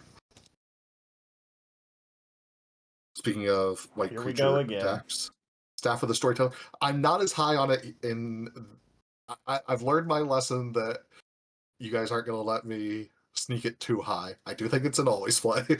I agree with you here. Oh, Oh, I don't. We've talked on and on about how so many although I guess this is a creature token only card, right? So maybe not quite always play, but I look if you're like exactly blue white artifacts, like you have like basic planes in your deck and like plenty of dual lands, then sure, you would always put this card in that iteration. I don't know how much that comes up, but you guys want to put it in always play. I'm not, that's fine. You I think it's a fair point that these other white cards we have up here require one white mana and only ever require one white mana, whereas this is going to eat your white mana the turn you play it, and hopefully several turns after. So for that reason, even though white is more likely to be your secondary color than red, black, or also red, I'm willing to put it in this cluster of cards that is kind of like color restricted at the top of probably play. Yeah, I think this is coming down to a difference of preference, because the way I prefer to build these decks is, stuff like Retrofitter Foundry, Legion Extruder, making a bunch of creature tokens. Whereas if you're leaning into the more control oriented thing that isn't necessarily able to activate this every single turn of the game, it definitely pushes it down some. So yeah, I'm totally fine with this. I think its top end makes me put it above Baleful Strix, but I kind of like the similarities it has to Baleful Strix and makes me feel like this position can't be too wrong. Jite. I'm pretty low on this for the same reason I was low on Copter. I just don't. Yeah. I don't think that it's going to do enough when you want it to do things. We do have like some evasion things you could put a Jit on, and I don't know. I just not looking to put this card in my artifact deck mostly ever. I think even when Jit is doing its shit things, I think it just usually just doesn't really matter in this deck. Like you don't necessarily need to shrink their guys. Your creatures are probably bigger. You don't need to grow your guys because your creatures are probably bigger. I like that we talked about it so close to Smelger's Copter and that Scott draws the comparison, because I think both of these cards are on the low end of making the deck in just an artifact deck, and it's not even one of the most common other strategies you'll combine it with that makes you want it more highly, though there are strategies that move both of these up kind of in tandem. Yeah, there are certainly builds, and they involve these 4 cards that are all right next to each other conveniently in the maybe play pile, where it shows how low we are on that version, though, of it. Coalition Relic is next. I think you're both higher on this card than me, but maybe I'm wrong. Where would you guys put it? my heart is higher on this card than my brain, I'll tell you that right now. True. My kingdom for a Mystical Teachings block mirror match, please. Yeah, I mean, there was a time where the prevalent cube meme was that you could never pass a Coalition Relic, and that, you want to talk about a long time ago, that was a long time ago. I really like this card. It's definitely not an always play. Part of me wants to say to put it at the bottom of probably play, but it's probably more realistically near the top middle of maybe play.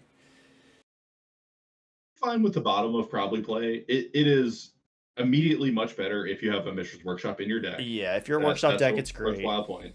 Something like Manifold Key, I think, also makes it similarly good. It's very good at enabling these flashes that we've been talking about this whole time. It's excellent at doing that.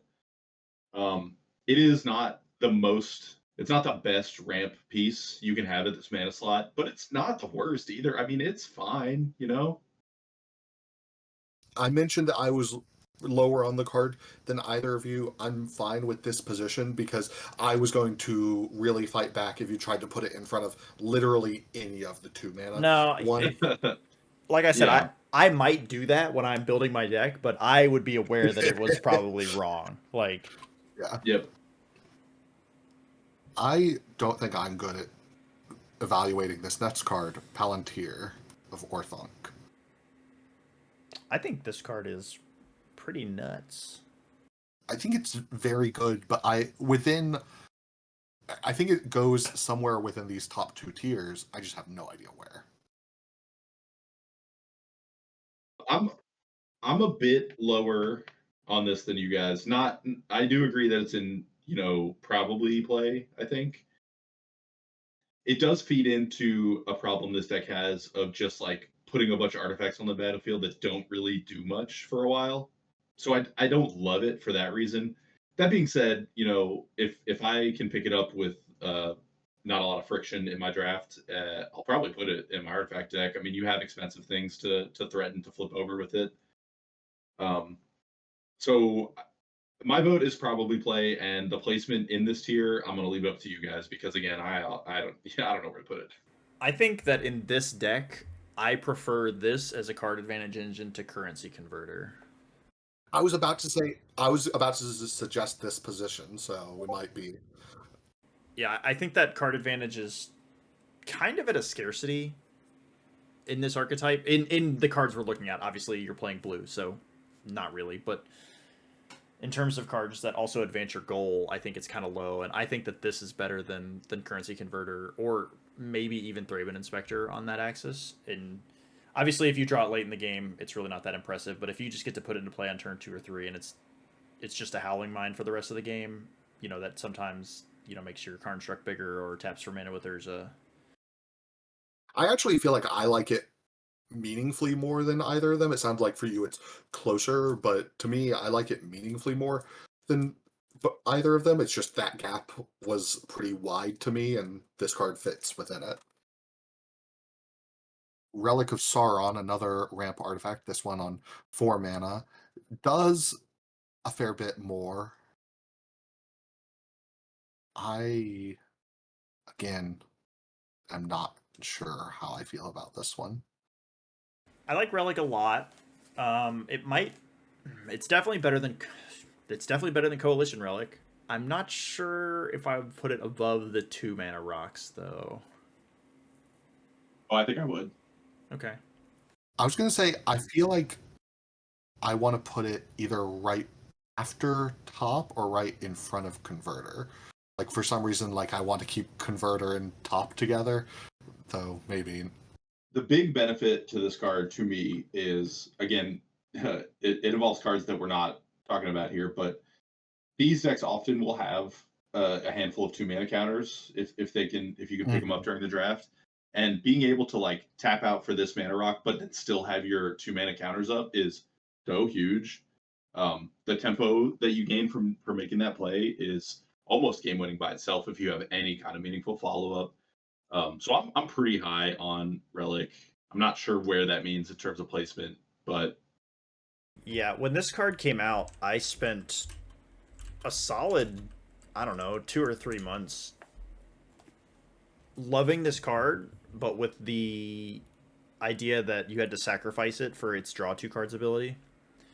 Oh no, you get that every turn. You just get to keep it, and I think this is a fine spot to put it. I think I would consider it about level to Palantir when it comes to just the things that it will do for you. Not generating. I guess you're -2 mana the turn you play it, but 2 mana is enough to cast a lot of those spells. Yeah, I think in my personal tier list, if I was doing this myself, it would probably end up in always play, but I'm not going to quibble over the placement. I think it's fine where it is. Yeah, to me, the requirement, because I do see it as kind of a requirement that you have some number of 2 mana interaction spells. Like, it doesn't have to be mana drain, counterspell. It can be lose, focus, miscalc, but just that you are, it depends on how likely you are to really be able to do something with that 2 mana, which is not always a guarantee with this kind of deck. So to me, that's why that 2 mana is a lot. It puts it above all of other stuff, but still not as high. Speaking of 4 mana spells that draw cards, Shorkai Genesis Engine is our next card to talk about. I think it also probably belongs in this clump that we've been operating in. Not entirely sure where to put it. When I started collecting results and tracking all the deck list at various records, I can tell you Shorkai has performed really well in our league, even though I don't feel like I've had much experience with or against it. It motivates me to put it much higher than I would have had I not been gathering this data. I think I agree that it's somewhere in the clump. of these now 4 draw spells, kind of 5 draw spells right next to each other, but I definitely think it's lower than Relic to me. Yeah, and part of that might just be personal bias as well. I mean, it's probably just anywhere in there is fine. Experience Yeah. may vary. You know, it makes more tokens. They're not artifacts, but they are tokens. It eventually turns into a big gigantic monster, although I imagine most of the time you'd probably rather be drawing cards with it. And it costing mana to draw is probably the thing I think that sets it below Palantir and Relic, at least for me. Yeah, my default is going to be to put it at the bottom of the clump with the understanding that it could prove itself, but it's been a couple of years, and despite me just mentioning that it's had good results, like it still hasn't like solidified in my mind as a good card yet, and it's not like it's all that new. Yeah, I think this middle tier of spells is just not one that you often think about in these artifact decks. You think about the fast mana, you think about the cards that end the game, but the cards that get you through the mid game aren't the flashiest, and I think this one is definitely one of the ones that falls into that category. I think it's bumped up by the fact that it cost 4 mana, and again, I'm going to harp on it. Like you're skipping to 4 mana frequently in this deck, so just having this to play on 4 and then more plays the following turns and the loot like is nice. So I would assume that's why it's been performing so well within our league. Speaking of 4 mana spells that draw cards, since we've put them all in this clump so far, I assume the One Ring goes somewhere in this clump, right? Maybe a bit higher. No, I think this is my third or fourth overall in always play. I think this card is probably in the top 5 cards in pretty much every single archetype in the cube. Yeah, we don't need to spend a lot of time Yeah. here. It's you know, obviously it was banned in modern. It's just an absurdly powerful card. My default was going to be to put it in the 5th position after Kappa Cannoneer, but I can appreciate that this deck can answer your own ring more easily than a lot of other decks. You're often playing one or both of the Teferis, as you saw in the decks we looked at earlier. You'll be playing Tinker to sacrifice it. Metamorph can legend rule it. Yeah, so you have a fair number of ways to answer your own ring, which can be pretty important. I'm sure. I mean, we've seen people die to the One Ring in our coverage recently. Yeah, see our last video. Yes, people. We won't Yes, say people. names. Those poor souls. Those poor souls who unavoidably die to their own the One Ring. Anyway, moving on. Memory Jar would be our next card. I think combo for me. I'm not even sure what we're wanting to combo it with in this archetype specifically, but Well, this is one of those when we talked about Lion's Eye Diamond and mentioning that you tend to want draw sevens in this archetype just generally. This is like an easy one to put into your artifact deck, you know, your Mishra's Workshop deck or whatever. That being said, it still tends towards unimpressive when I see it. So combo play fine, but towards the low end for me. yeah. I think the only time I would want to play this is if we're in that storm deck we talked about, or if we're playing upheaval, because being able to upheaval, put a bunch of your stuff back into play, and then or being able to memory jar upheaval, put all your stuff back into play, and then your opponent loses all of their stuff, is a cool place to be, but very contextual. Yeah, and even then, still winds it up in combo play for us. Right. Pretty Yep. easy. The Mightstone and the I always get it confused. Is it Weakstone or Meekstone? Mightstone and the Weakstone. Weakstone. Weakstone. Okay. If I have a Mishra's Workshop, I always play this. And then I think I still probably play it even if I don't. Yeah. Okay. It's incredibly versatile. It does cost 5. I mean, that's not nothing when it comes to cons, but it does. Does it have 3 or 2 options? I know the draw cards, and I know the -5/-5, which are the 2 that Those are the only modal two. options, and then it also taps for taps 2 mana for that 2 mana. for artifact things. Yeah, I think it's quite good. It's I mean, better than Workshop, right? Because it's not use it only to cast artifact spells. It's that you can't use it to cast non-artifact spells. You can use it for activated abilities. Yes. Yeah, I would defer to what you guys are saying, and because I think I would have it at the bottom of probably play. It sounds like you guys probably want it more in this position-ish. I would go higher than that, but if I can't get it higher, then I'm fine with it there. No, Like I would put it above all the colored. Yeah, I'd put it right there. First or second, maybe. Prose, any thoughts on if you would put it lower? No, I think that's pretty good. I mean, you know, all the stuff we just talked about, versatile, mana ramp, not color dependent. Yeah, I'm a big fan of the card. It's hard for me to evaluate because the two colorless mana, yes, it is slightly more versatile, but it still is restrictive.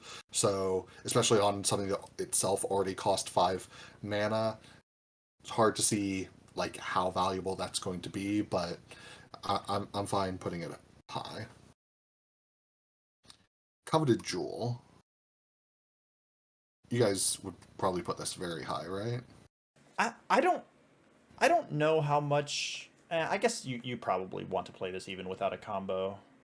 Yeah, it's worth noting that it can be pretty risky to play this, especially in some matchups or whatever. But when it works, man, there's just like nothing. Yeah, I was just going to ask how defensible it was in this kind of archetype, even though this archetype has got to be the one that wants to play it. But that lack of maybe being able to defend it in all the decks maybe pushes it down into this clump again. Once I started looking at what we've got, I think I might just sit it right above the Mightstone and Weakstone.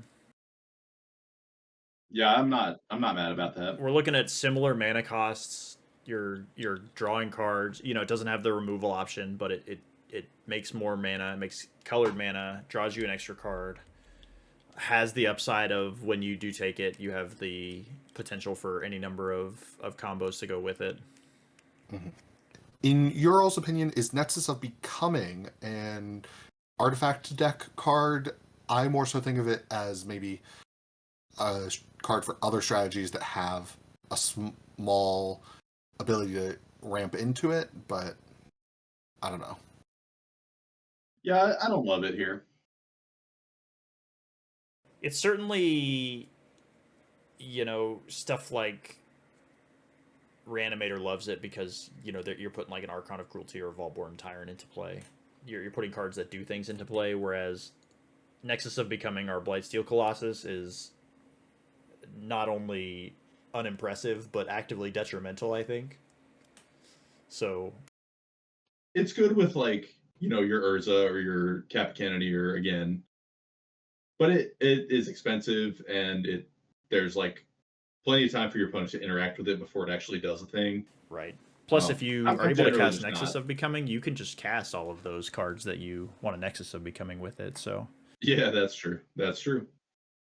unless you really want to make a ring that's a creature or something like that, I guess. But then it doesn't even give the protection ability, so and it can't even activate the first turn you put it into play. So never mind. Indestructible 3/3 sucks. Portal to Phyrexia. Is this only a Tinker card, or does 9 mana approach castability? It certainly can with the right builds of this deck, but I don't think that gets it out of combo play. I agree. I put it much higher than Blightsteel, I Oh, I would think. put it right under Candelabra. Yeah, I think it's pretty much the premier Tinker target at this point. That or Coveted Jewel, obviously. Yeah. But this card is much worse without Tinker than Coveted Jewel is. I think sometimes Cannoneer's the premier Tinker target, but I think that's a defensible spot too. Yeah. moving on to a couple of Planeswalkers, Saheeli. We put Iconoclast down here. It's hard to imagine Saheeli doesn't go next to it, or does the copy ability move it up to something we're more interested in? The copy ability and the fact that you can cast it for only blue mana, I think puts it way up. I think I'm okay. always playing this in my artifact decks. Oh. I think I would agree with that. I mean, I think there's Although maybe it gets dinged for the same reason Phyrexian Metamorph does, of just sometimes the artifacts that you care about in your deck are not going to be things that you can or want to copy. So like maybe that's the only thing that I can see pulling it down a little bit. Right, but then it still has the other ability of just making a bunch of Making guys. guys, so Okay. Yeah, and especially if you're like keen on this interaction and you hold like a bobble or a mana rock that you don't need to play, and you just on turn 3 go Saheeli into a 0-drop, and you just have a creature to protect your Saheeli. It's just the lines it offers you are quite strong and get you into that end game pretty consistently. So I think it's excellent. The artifact decks are almost always base blue, but does the double blue cost not give us some cause for concern, or still just... I don't think so, because if you are playing basic lands in these decks, they're almost certainly islands. Okay. Yeah, I think casting it is rarely an issue, and it's incredibly powerful on the board. So I would always play it. Okay. Would you argue it over the baubles?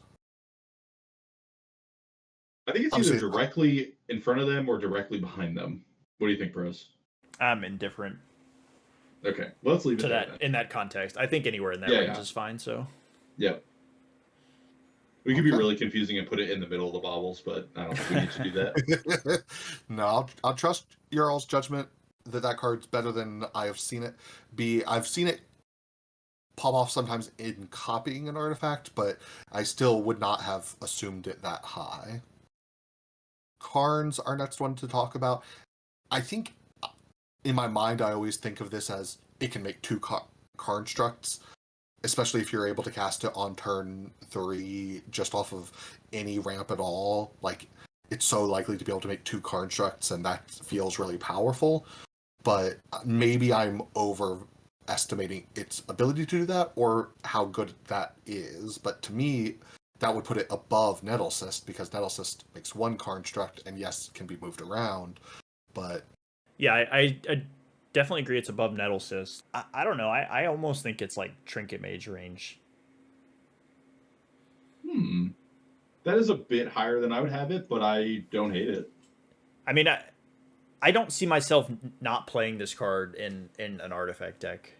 yeah, honestly, I thought I was compromising down when I was making an argument for it to be in front of Nettlecyst. Hearing you say always play is something I'm very agreeable to.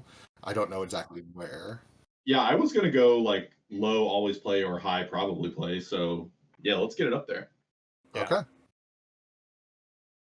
I mean, I think if, again, I mentioned this briefly with Nettlecyst. If the absolute worst thing that happens is this thing comes into play for 4 mana, makes a construct, and then your opponent spends their whole turn killing it, like, whatever, that sucks. You didn't get to make your second construct, but you made a creature that's probably going to be gigantic soon and time walked your opponent, so.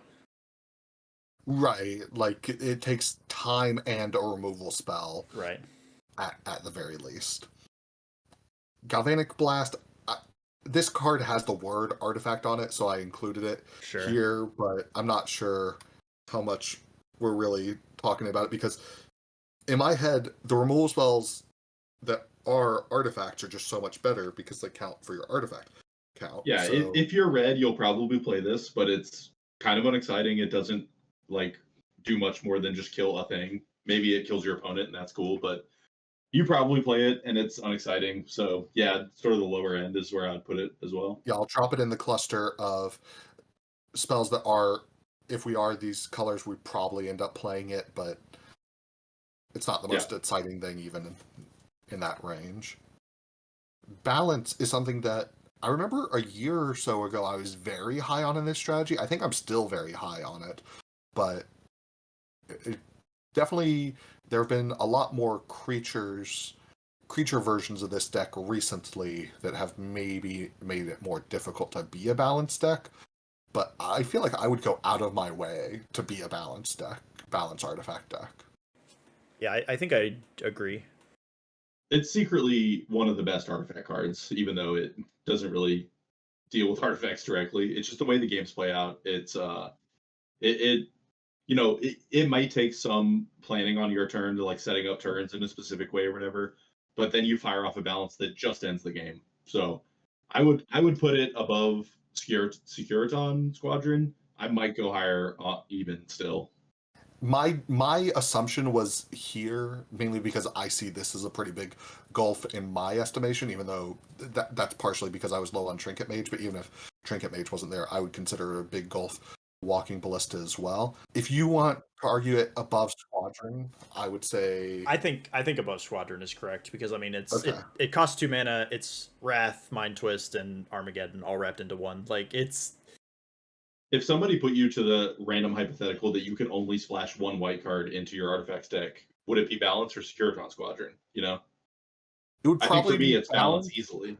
Though I think if I'm not playing a lot of the other white cards, because this is an artifact card specifically because it doesn't say artifact. It also specifically doesn't say planeswalker, so I like having the Teferis in the deck with it. Like there's a lot of other white cards that I want to Sure, I have. mean it's not a real hypothetical that could ever come up, but like if the choice was between those two cards, I am putting balance in my deck, every time. So I think it just has to be higher for that reason. Tinker, we've mentioned a lot. I have to assume this is in our top three. Is it over Urza? I, my I don't think default it's over. assumption is I here. was gonna go third place on this one. yeah, I think that's good. It is Interesting. absurdly powerful. It has like weirdo timing problems where you like draw your tinker target that you want to get and you can't, and then your tinker is kind of bricked. Um, these are all like small reasons why it's not the best, but it's so good. Like it's excellent.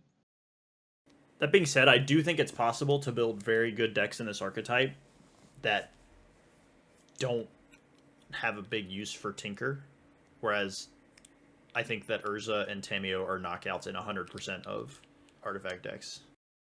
While that's true, like you'll build artifact decks that don't have any cards that cost 6 or more mana, Right, you'll right. also always have like zero cost artifacts like Tameo tokens, baubles, something that Tinker upgrading is still very, very Right. good. So I think even without any of the big stuff, it's still definitely an always play for me. Yeah. I I think wasn't trying to I would have downgrade. defaulted to putting it above Tameo, though I understand both of your arguments for keeping Tameo above it. So Yeah, I mean we're splitting hairs here. If you only had one of these top three cards in your deck, you would still be pretty happy. yeah, I do think Tinker is quite good in sort of a hybrid, like demonic tutor Black Lotus-y kind of role in this deck. But that's when it works, and it doesn't always work. And it's like detrimental to have this countered, more so than some of the other cards. I that's a think very good it's point. it's a much easier slam dunk to like land a Teferi or an Urza or Tameo. But Tinker in third place here is nothing to be ashamed of. It's incredibly strong and will continue to be strong as they keep printing busted artifacts. So Upheaval is our next non-artifact spell to talk about. It feels like it used to be the main win condition of just the Dirtly artifact deck of get a bunch of mana, cast Upheaval, recast like 5 mana worth of spells, and just hope that that wins you the game. I feel like it's still very powerful, but the deck has so many other Atsis to attack on. I'm not sure it's an always play anymore. I don't even know where within probably play I would put it, though I imagine it's still in probably play. here's my case for always play for this card. Okay. If you resolve this card, it kind of doesn't matter what your opponent has done at any point in the game previous. There are small exceptions, like if your opponent showed you a fast bond, then casting your upheaval is less enticing, stuff like that. But all the like jockeying for position of the board, all the like trading removal spells or whatever, none of it matters if you cast an upheaval with like any amount of mana floating. And I think if you have a version of this archetype that is like good, not even great, just pretty good, you will be extremely happy to have an upheaval as an option. So you are arguing that there isn't really a version like with a bunch of the like smaller, cheaper cards where we don't want to play Upheaval. I think I'm fine with that, though seeing the possibility of that still makes me want to put it like towards the end, maybe just under Karn. Prose, any thoughts Are we off base here? No, I don't think you're off base. I mean, again, I'm my gears are turning because in the types of way that I tend to like to build this deck, I think Upheaval is not an absolute all-star, but everything that Scott said about it is true in those situations that when you are able to Upheaval and dictate the tempo of the game at that point, you know, pretty much no matter what else your deck is doing, the ball is in your court. So, And in those versions that you're thinking about, are you still going to probably play? Are like, does Upheaval still make the deck? yeah, I think so. I mean, for those reasons, I do think so. Now that he said it, Yeah. So even in the versions where it's not an all-star, it still makes the deck, which I think is the definition of always play, even if it's maybe towards the bottom for that reason. Paradoxical Outcome, next card to talk about. I think this is a trap, and I don't like it. I think it is very good if you have the most busted Vintage Cube deck ever, where you have a bunch of the fast mana that you get to replay after you Paradoxical Outcome and just start comboing off. But that's not going to happen. Everyone wants all the cards that work well with it. You're not going to have a big Paradoxical Outcome that's Magical Christmas Land. It's a trap. I agree. Yeah, I don't have a lot of pushback. I will say you don't need like the most busted things in the world. Like if you fire off a paradoxical outcome for just like a couple of your zeros and ones, it's like kind of good, but it's not great. I'm not gonna fight too hard for this one. Mana neutral and like draw 3 cards is fine, but yeah, It's so hard for it to be mana neutral, though. You have to have it's so much work. so I mean, you just need you just need like a one, right? I guess by a one I mean Mana Vault because it's really the only one.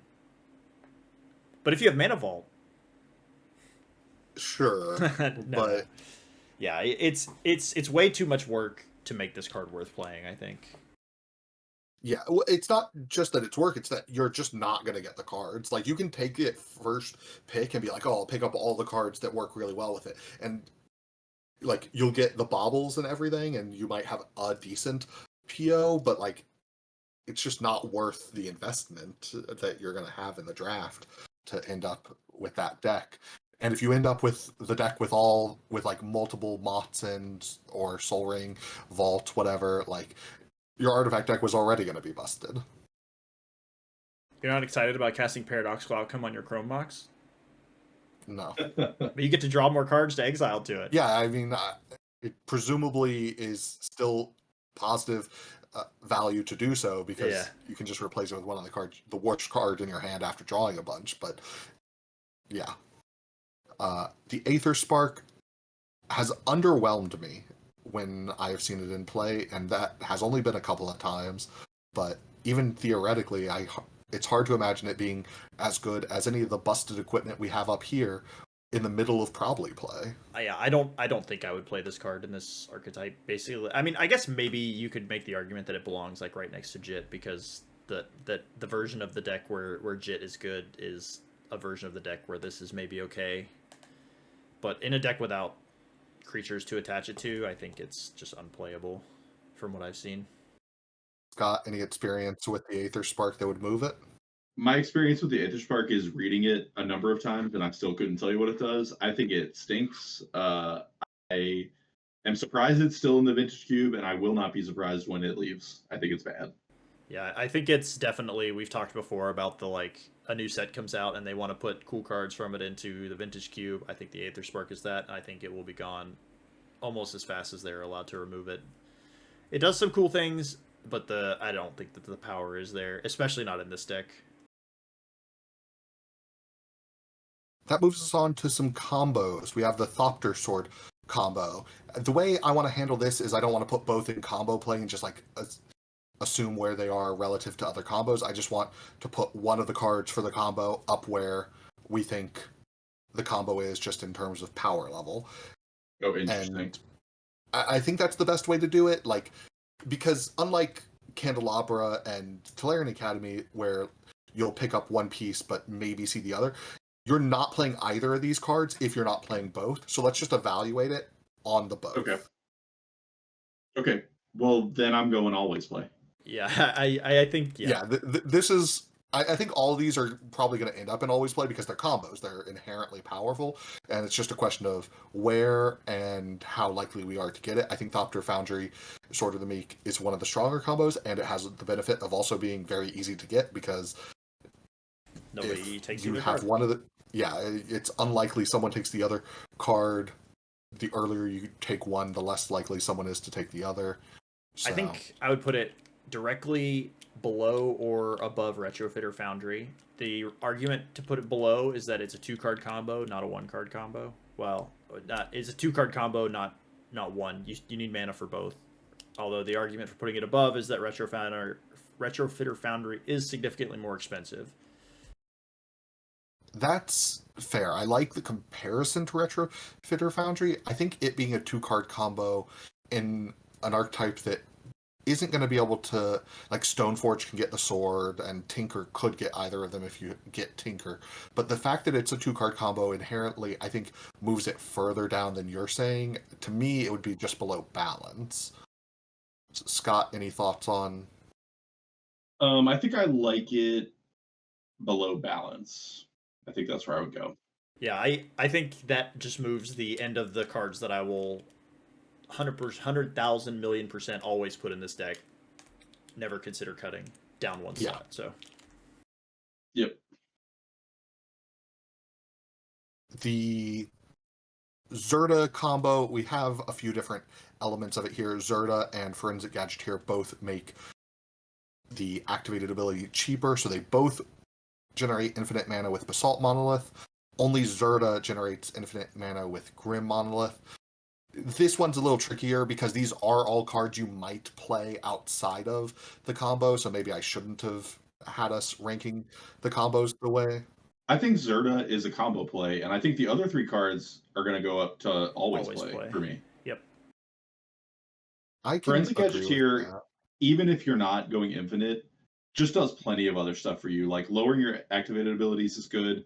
Making all of your artifacts cantrip for 1 mana is absurd. Like it's so hard to lose a game when you start going off with just like playing artifacts and drawing more cards. I'm not sure how high that gets it, but I love Forensic Gadgeteer. I think next to Trinket Mage is a starting point, if not where it ends up.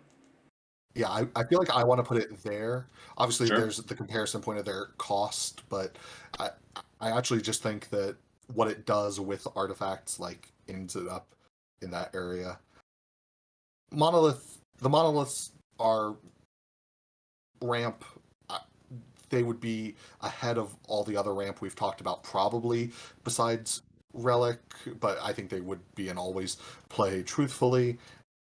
I think you could even make an argument for Grim going up to fast mana, honestly. Yeah, I think that's fair. It's only like +1 if you want to be technical about it, but like that +1 it's just it's a matter. big jump, right? Yeah. It's going from 2 mana to 7 or whatever, like or 6, I guess. Basalt Monolith, I think, is a little bit worse than that. I would still almost always play that card. I think Basalt Monolith is maybe the end of always play because Sure. I do think you always play it, but I think sometimes you're not super thrilled about it, especially if you don't have one of the two cost combos, reducers or like Manifold Key or something. Right, right. But I mean, you're going, like Scott said, you're going from 3 mana to 6 mana,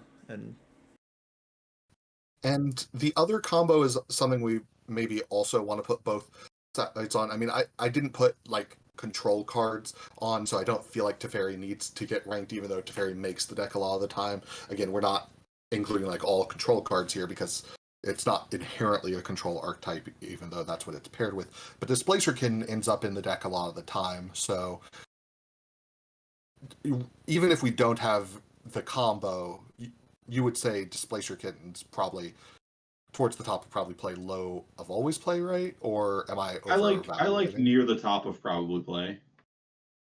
I honestly, if you put it right below Mightstone and Weakstone, then it's like the cards that are great with it, and then also if you have a kitten, it's like you really go off, I was about to say that those are cards that combo well with kitten, and you would much rather have them in your deck without kitten than kitten in your deck without them. So, and if you have the combo, we won't move it, but just to speak to this element, if we have the combo, it's in always play, right? If we have the Yeah, Teferi. the combo being Displacer Kit and Teferi and any 0-drop artifact, right? Oh, I don't even think that's the good one. It's just Displacer Kitten and Coveted Jewel is the combo, I think.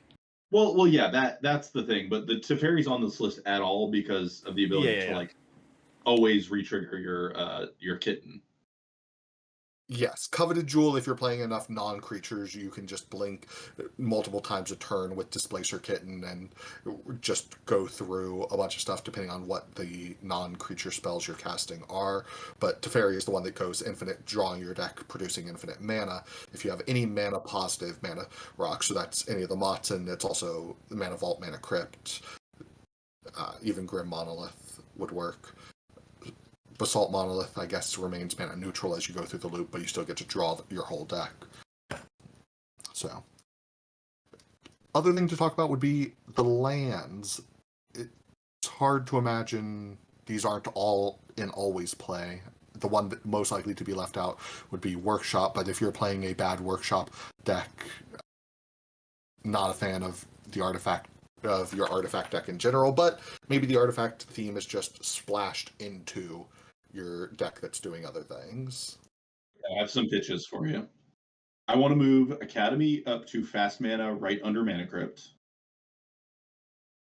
I think that obviously when Academy does anything busted, it looks so disgusting, and you just want it in basically every iteration of this archetype you could possibly imagine.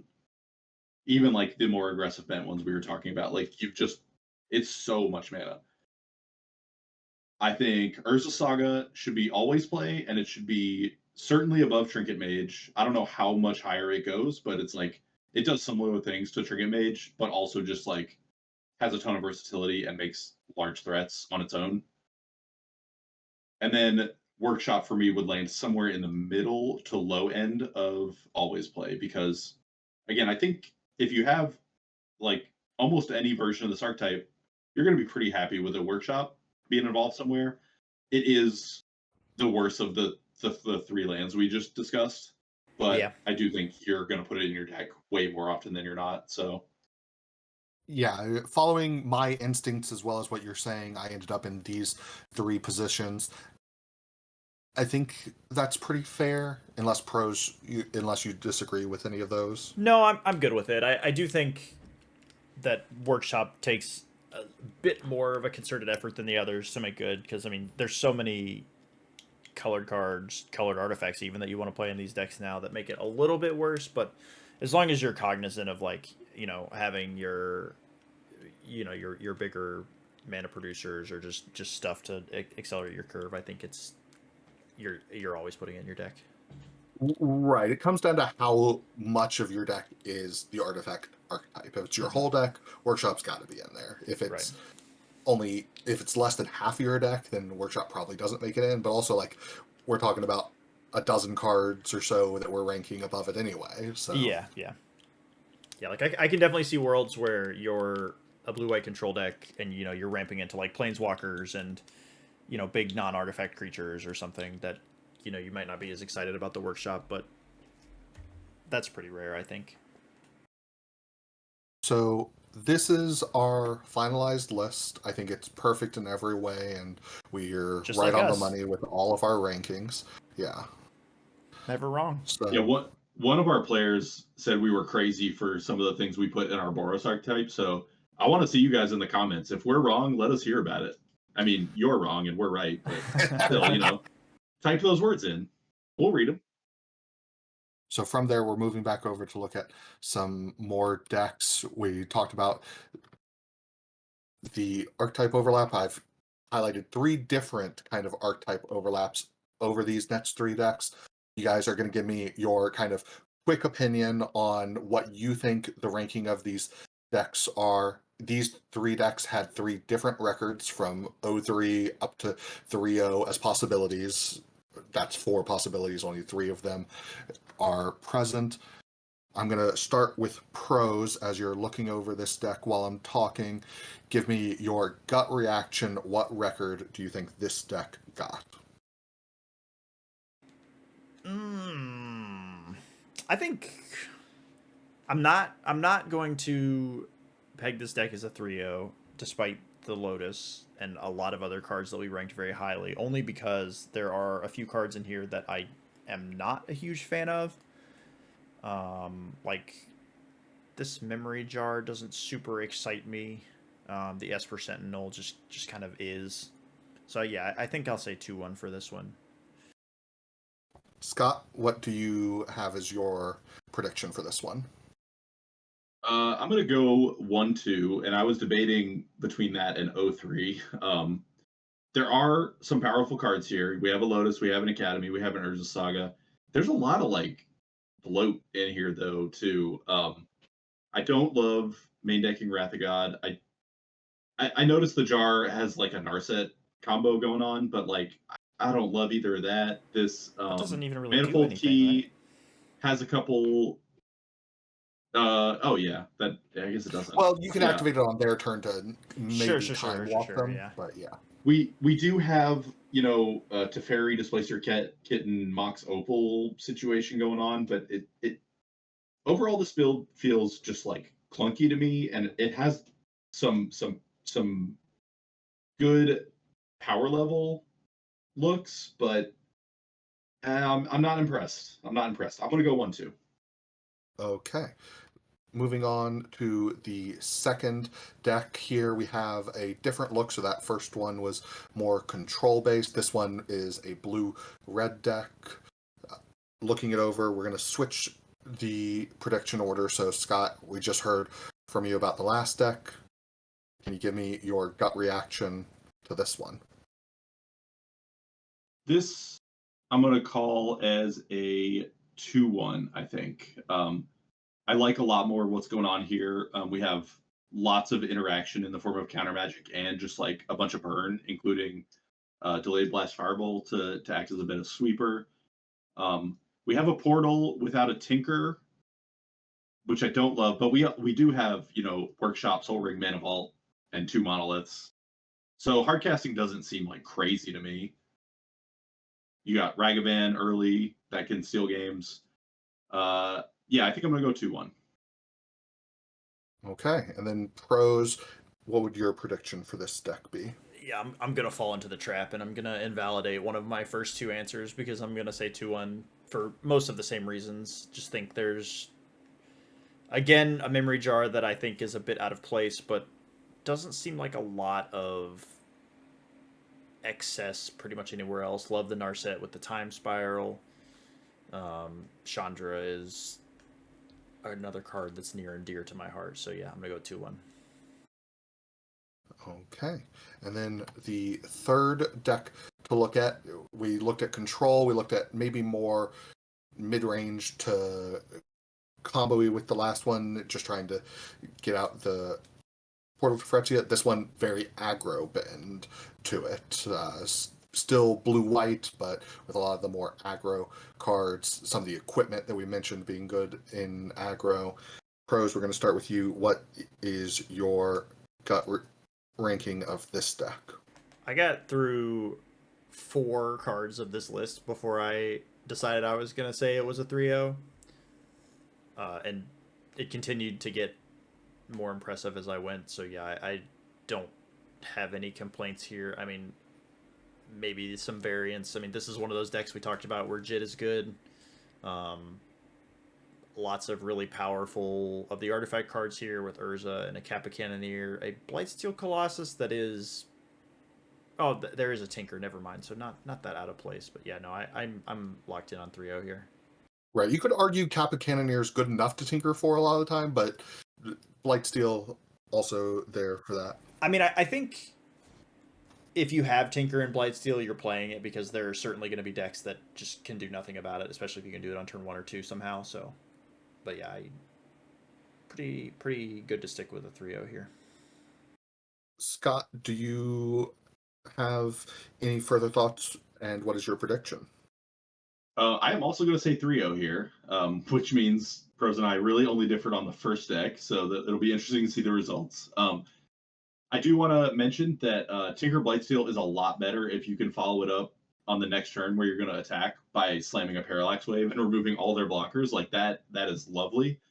I like that this deck can play an aggro roll with like a curve out into Stoneforge, and then equipment to back that up. It can play a control roll with the One Ring and stock up and some counter magic and removal.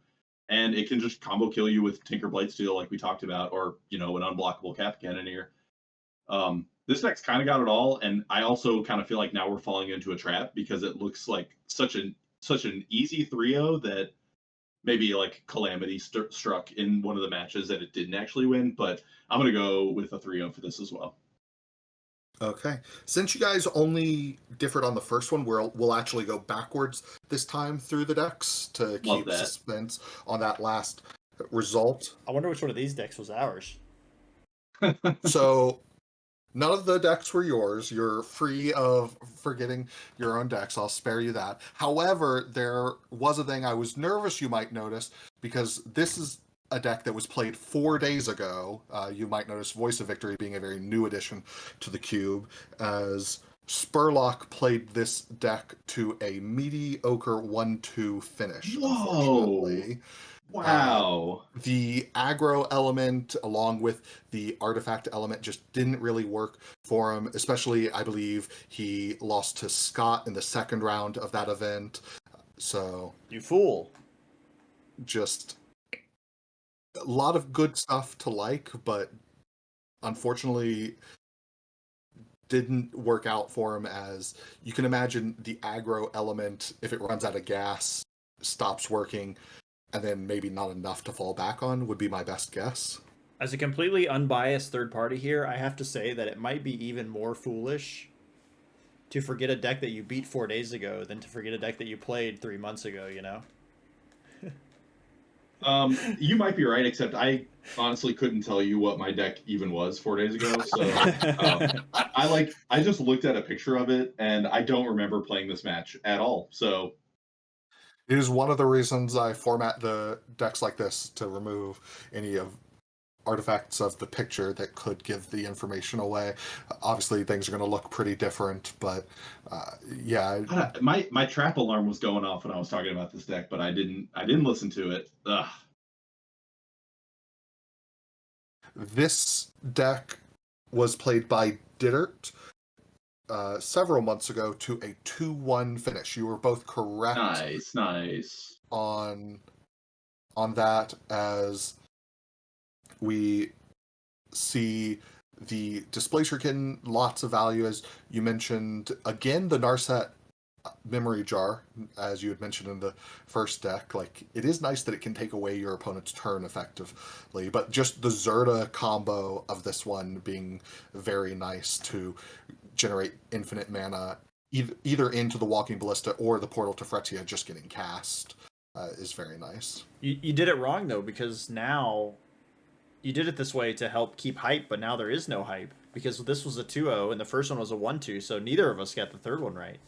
You're correct. No matter what, it was going to be revealed. And you guys weren't sold on this deck, but this was one of Pellman's first 3-0s playing with us in the league. And the Displacer Kitten here to combo with Teferi, but also reset any of our Planeswalkers, activating Narset or Karn twice in a turn, Narset finding the non-creature spell to blink itself with Displacer Kitten. Like, you can kind of chain combo that together with certain combinations. He doesn't have quite the number of non-creature active spells that you'd want for that, but still enough that you can imagine there could have been some pretty nasty Displacer Kitten Narset turns. Blinking Karn making 2 Karn constructs a turn, pretty nice, as well as just Urza and Karn making Karn constructs. Like, even though there's not the highest number of artifacts, like, they can kind of get out of hand, because you also have Urza Saga, so you have all 3 of the main construct makers in this deck.